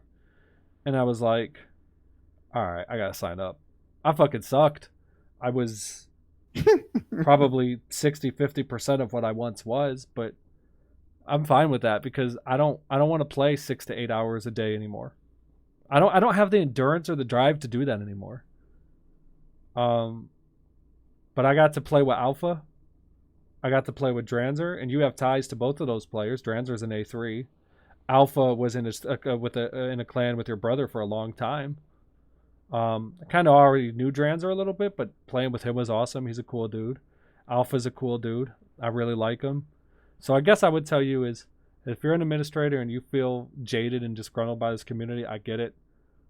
I just hope at some point you give it another chance to come back and try playing again, because there is fun in this game if you can find it your way. But I absolutely recognize that you want to know what, maybe you just find that it's better to not play at all. But I would tell you, hey, give it another chance. You may be surprised what you find, because I certainly was. We have to understand also, I think the players are more concerned with the fact that they just didn't come out and say that this was okay or this wasn't okay in terms of the ghosting. Not necessarily because, it happened, but... Oh, yeah. I'm not saying they handled it perfectly, by the way. No, it definitely didn't. And that's why a lot of people made all those memes and trolling or whatever. Because, look, I'm going to be the first to admit, everybody did dumb shit back then. Bones wasn't the first one to do, have his force do whatever he did. But at the same time, they just didn't handle it the right way. And that's what kind of wasn't... that was the part that wasn't well met with players for the most part. Well, and let me pose this question to you, because you're somebody that's done a lot of administration. I've only done a few things. It's crazy how, the type of things that Bones and Ralph have done for this community with the various leagues that they've run, that one thing should overshadow all the good that they've done, all the IDL years, all the bullshit that they've put up with. And I'm not saying they've been perfect. I'm not saying they've always made the right decisions, but they'll own up to a lot of mistakes too. I guess I just look at it like, you want to know what? No, it wasn't perfect. You want to know what? Yeah, they could have done things better. But I think they deserve the benefit of the doubt. And you know what? If people don't feel that way, my response to you is, what the fuck have you run? What the fuck have you done? You know what I mean? Because there's not a lot of people. When you name Ralphus, when you name Bones, there's not a lot of people that have done close to what they've done in the Doom community. I would argue that the Doom community would not be what it is today without Ralph. Period. And there's definitely been things that he's said and done that I don't agree with at all. But I don't see anybody else taking the time out of their day to organize people the way that he does and to organize events the way that he has over the last 15 years. And whatever it motivates him, whether it's running his own port or because Kilgore banned him and he still wants to be in touch, so he made his own community, whatever you think it was, it doesn't matter. You aren't the one doing it. You're not the one doing that. So you don't have, unless you've done anything close to that level of work for the community, I don't think you have the right to criticize those people. You could say that they should have handled it better, and you can be mad about it. But to imply that it's like this corrupt to the core, lack of direction, complete bumfuckery is just absurd. Because all the people that I know of that complain really hard, number one, they're longtime problem community members. And number two, they haven't done shit. And even if they have, it's still comparing a mountain to a molehill. I'm sorry, when it comes to what, like I said, when it comes to what they have done for the communities, Ralphus and Human Bones are titans in this industry. So, yeah, they could have handled it better. I'm with you. And I agree with everything about people being upset. But like I said, I also think, you know what? Let's take a step back. They deserve a benefit of the doubt too. And That's just me giving my opinion. I know I said I was going to be objective in this. I honestly really haven't, but that's how I feel about it. And at the end of the day, it's not like they were fucking Dalek or natural. Like, they made a mistake. Like, it fucking happens, you know? If you're gonna, and it's kind of like, it gets into like this cancel culture bullshit where everybody's just like, you know, you find the one bad thing that somebody did in their life 20 years ago and just like flame them for it, but you ignore everything else they've done. And it's just it's crazy to me, man. Like, there's a part of me too that's just like, shut the fuck up and play, right? I don't know. I don't fucking know, bro. Oh, I don't. It didn't really bother me too much. It is what it is. They chose to, apprehend Bones the way they did, and apparently it didn't even affect signups because the next time they ran the WDL, people played. So Yeah, but 3 years later. in the long scheme of things, it didn't even make a difference. Yeah, well, I think in the end of the day, too, I think it gave Ralph and Bones, it gave everybody just a much needed break from the community, honestly. Like, more so than anything. And like I said earlier with the MDF, like, that's what we do. And I think that's, like, and maybe that's what inspired Bones to create the MDF and to create things like that, was because he saw, like, the burnout that caused for them. Like, even though you were kind of responsible for that, but, you know, again, you have to look at it that way. Like, dude, burnout is the biggest thing that kills people who run these events, these leagues, these everything. So I don't know, man. Like, I don't have too much to say after that. Like, it just, like you said it best, it is what it is. So, is there anything else you want to get off your chest, say? We're at 2 hours and 46 minutes, so I figure we're going to do this as a two-parter. We'll break it down into about an hour and a half each. So, is there anything else you want to say? Because if not, I got a few fun questions to make this, to close this out on a good note. I mean, I don't know.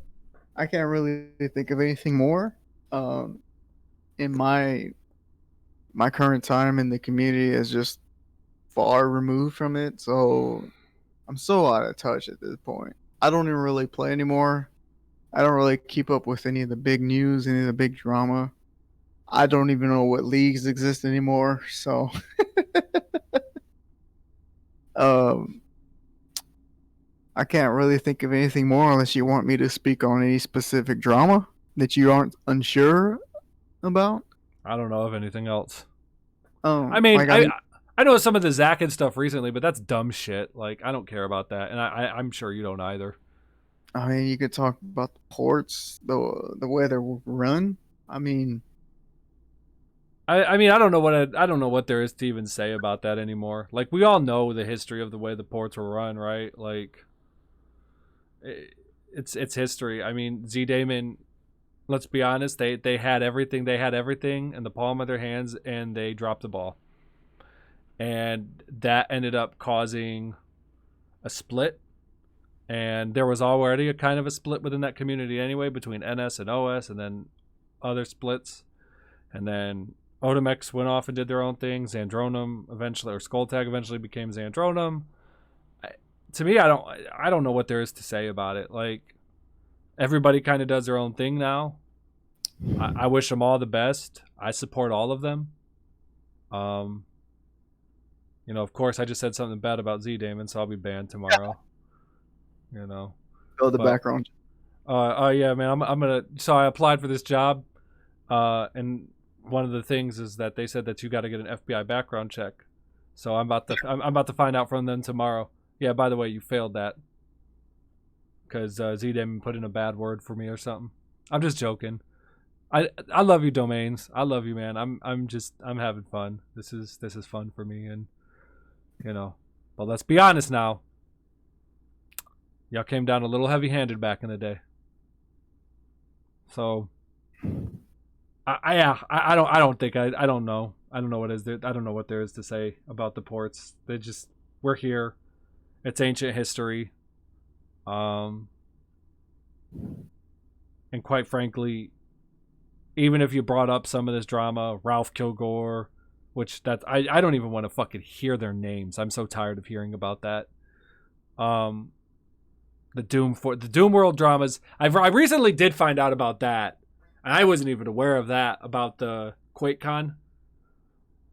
And the Doom World forum beef, and the drama like with Kilgore and all of them. I mean, reading that forum section like made me cringe. It was like I was embarrassed to say that I was a member of this community at one point to see that.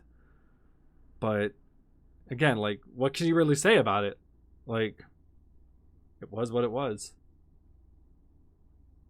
I don't know. So let me ask you questions. Let's close this out this way. Let's do it this way. We're going to do fun questions so that the little boys and girls at home listening to this podcast can go home with a smile, or will go to work or whatever it is they're doing while they listen. So I'll be very direct with this question. Would you ever consider coming back and playing in a league? Probably not. Mainly because of the fact that I probably would not approach it with the same dedication that I had in the past. Right. If I'm not going to do it at 100%, I'm not going to do it at all. And I just can't see myself sitting in the server waiting to practice for an hour or 2 hours or whatever. I think that part of my Doom career, if you want to put it, has already been passed. Right. If I'm going to do it the way I want to do it, I'm just not going to do it at all. That's fair. And for the most part, I just don't really feel any need to want to play in a league. I get it, man. All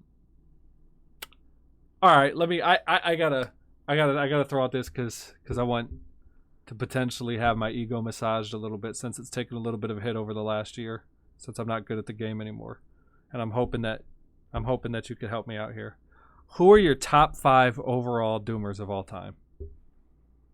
Top 5 overall, so CTF, duels, everything.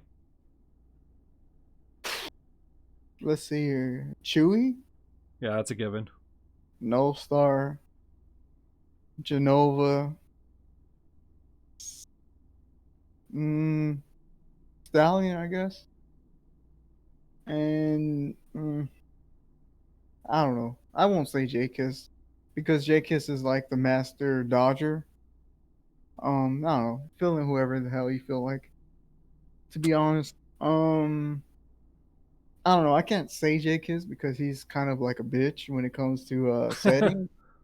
He's gotten better about that though, but yeah. He won't play like an OS duel. He has to have his settings on his server, so he can win. And I even told him recently, I even said to his face, like, I don't think you're a great player because you dodge, any kind of challenge that isn't in your favor. And he's like, yeah, I agree. Oh yeah, he's such a troll now, dude. All he does is troll. I fucking love it. Yeah, so I don't know. You can put whoever as the 5th person. You're not helping me out here. I don't really think it matters, because as people disappear and new people come, they take their place anyway. So it matters to me. I'm trying to put this on my resume. I mean, you can put whoever as the 5th. All right. No, I'm gonna stop bothering you about it. But yeah. All right. Well, I'm gonna close it out here. Look, man, it's been great. I've had a lot of fun talking. You forgot to ask me about the mapping. Oh yeah. Let's get that. So your mapping projects. Yeah. So I did all that Raid CTF, that's LMS stuff, that DM stuff, the dual stuff. Well, you know what I'm mostly interested in? What motivated, like, when did you guys go? Because I know about Don't Be a Bitch, I know about Raid GTF, I know about Eon because I helped with Eon. But like, what motivated the Eon weapons? Like, were you guys just like, I know we did the interview the other night and you had talked about like Quake player saying it's just run and gun super shotgun, but like, that's a big fucking project to take on. And then you added that into the prog stuff too. Like, did you guys think when you did the Eon weapons that you were eventually going to make maps that would be even further along than just or Aeon weapons, not Eon. Um, like you led into Prague like that. Like that to me is like the cool thing because it was like its own little evolution. Not really. Like I said before in the other podcast, when people were shitting on the Devastation and J-Kiss duels, they were just saying, "Oh, well, what is this shit? Fucking reloading SSG for 10 minutes." So it was kind of just my own personal thing to try to remedy that, I Right, guess. So I didn't have any intention to say that, oh, it was going to be a dual thing. I just kind of made it as LMS because it was just something easier to work with because LMS is not so strict like CTF or dual. right, And slowly it became, oh, well, let's try to balance this shit for a death match, and then let's balance it for dual, our own thing. So no, it wasn't like a grand plan scheme from the beginning. It was just something that slowly morphed over time. And honestly, mm, there's been some, pushback for it. But I'd like to say that for the most part, all those years of like fine tuning and stuff, it's not perfect, but it's near perfect as good as it's gonna get, probably. to get in terms of me putting in the time. Right, Um, I don't know. That's just always been something that Doom has always struggled with was just the weapon balance. Like the competitive players always bitched about. Uh, okay, they probably didn't on Z Damon and Ultimix, but on Zandronum, since there's more of a modding presence there, right, people were more prone to bitch about the imbalance of weapons, and there was many people that tried to balance it, and nothing really took off. I know the Frenchies made their own, Watermelon made his own, you know, a few other people made their own stuff to balance the weapons, and as much as people like to bitch and complain, the end of the day, they're just upset they lost the duel. oh yeah. Well, they want the same thing at the end of Yeah, the they don't, day. they don't really care about the balance. They just care that their SSG one hit kills from like across the map. Because none of those packs that the Frenchies made or Watermelon made, they didn't take off. They were like popular for like a few weeks, and everybody went back to the same old default of RNG from Doom. Gotta love it. So I think it's just most people were just mad at net code and the weapons suck, and so they have to lash out at something. Right, As for my own thing, I just took it upon a challenge to try to remedy it. I didn't really have any grand plans. It just sort of morphed along the way, as I said before. So I'm pretty much almost finished with it. So I don't have much more to do with it other than just small fine tunings. so we've talked a little bit about this. So I'll let this actually be what closes it out. Mm-hmm. Do you think it's a real possibility that we could ever do like Prague style maps with Aeon weapons in CTF?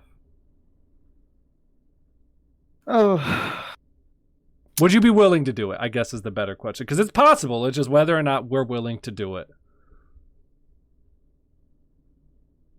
I think that it could be possible, but people would have to be willing to want to try something different. Well, I think they And are. To give you well, that, I think they are. it's just a lot of fucking work. You're You have right. to remember You're right. remember if you I don't remember if you're around, but remember people thought it was a big deal that four-way CTF was coming out on 107. Like nobody, people wouldn't shut the fuck up about it, you know. And then when it finally dropped, we played it for like 2 weeks or 3 weeks, and then four-way CTF disappeared because we found out the map sets were shit, Yeah. and the overall gameplay wasn't fun. And then the same thing happened again with the double domination.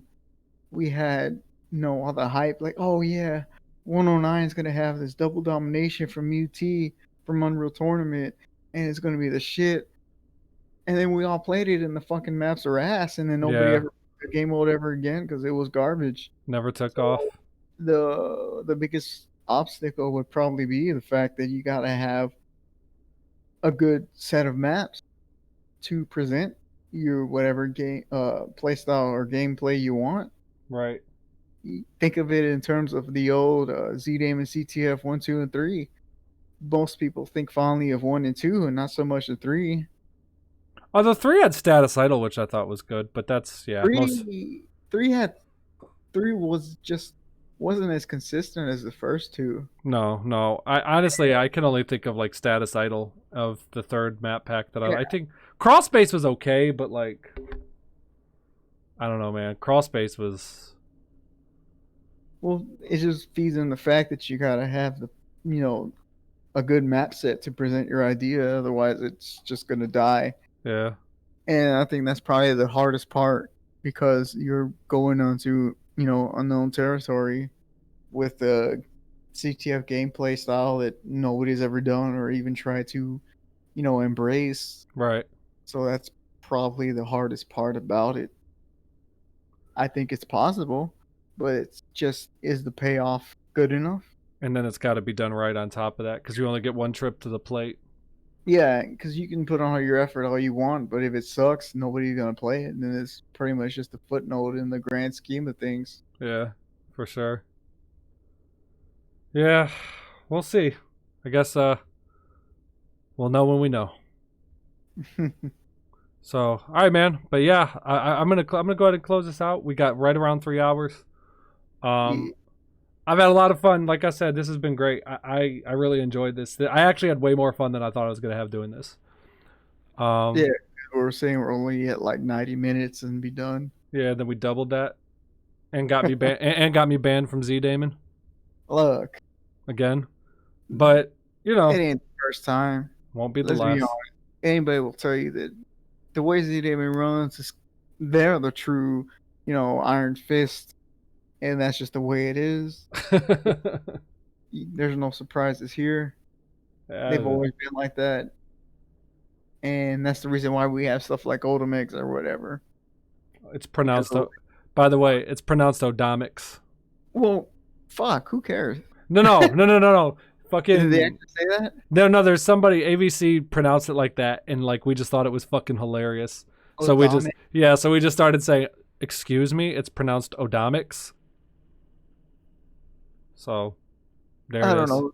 Z-Damon's always been Z-Damon, so you get what you see. I don't know.